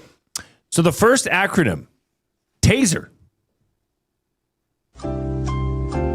TASER. Taser. I had no idea this was an acronym. I didn't either. A taser, I don't know what it stands for, but a taser is basically, how to describe it, an electric shock device often used by police to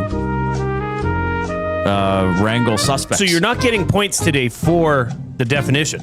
At all? You're getting points if you know what the acronym is for taser. You spelt it correctly. I could try to take a guess.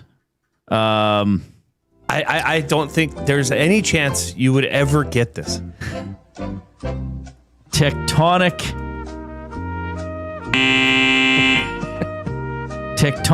ass seizing emergency refit. Tectonic ass seizing emergency refit. That's wrong? That's wrong. Believe it or not, it's wrong. The weapon's name is an acronym standing for Thomas A. Swift's electric rifle. No way. Coined by inventor Jack Cover in tribute to a 1911 children's story. This came from a children's story. Thomas A. Swift's electric rifle, taser. Okay. I never would have got that. So we could have been here for 3 days before. For you that are listening that are part of Edmonton's finest, instead of going up to somebody and saying, taser, taser, you go up and say, Thomas A. Swift's electric rifle. How about you say hello to my good friend, Thomas A. Swift? All right. Second acronym, WIMIS. Sorry? WIMIS. WIMIS. Well, I'll just go with the obvious. WIMUS. All right. WIMIS is WHMIS. This is an acronym. I know this one. For training. Well, I'll sacrifice the point, but I'll give Coob a chance to get it. Work in hazards information system. Close. Workplace hazardous materials information system. Oh, okay. Halfway there. Wow, I didn't know that. Workplace hazardous those are materials information system. WIMIS. Hard. Sorry, buddy. Interesting. Well, I got a point. I spelled taser correctly. At least. Taser. You got 1 out of 4, bro. Yeah, okay. Clement will do better than that tonight. Okay, we got to roll. Thanks a lot for hanging out with us. On behalf of Zachary Kubish and Jason Milne, I'm Reid Wilkins. Talk to you tomorrow.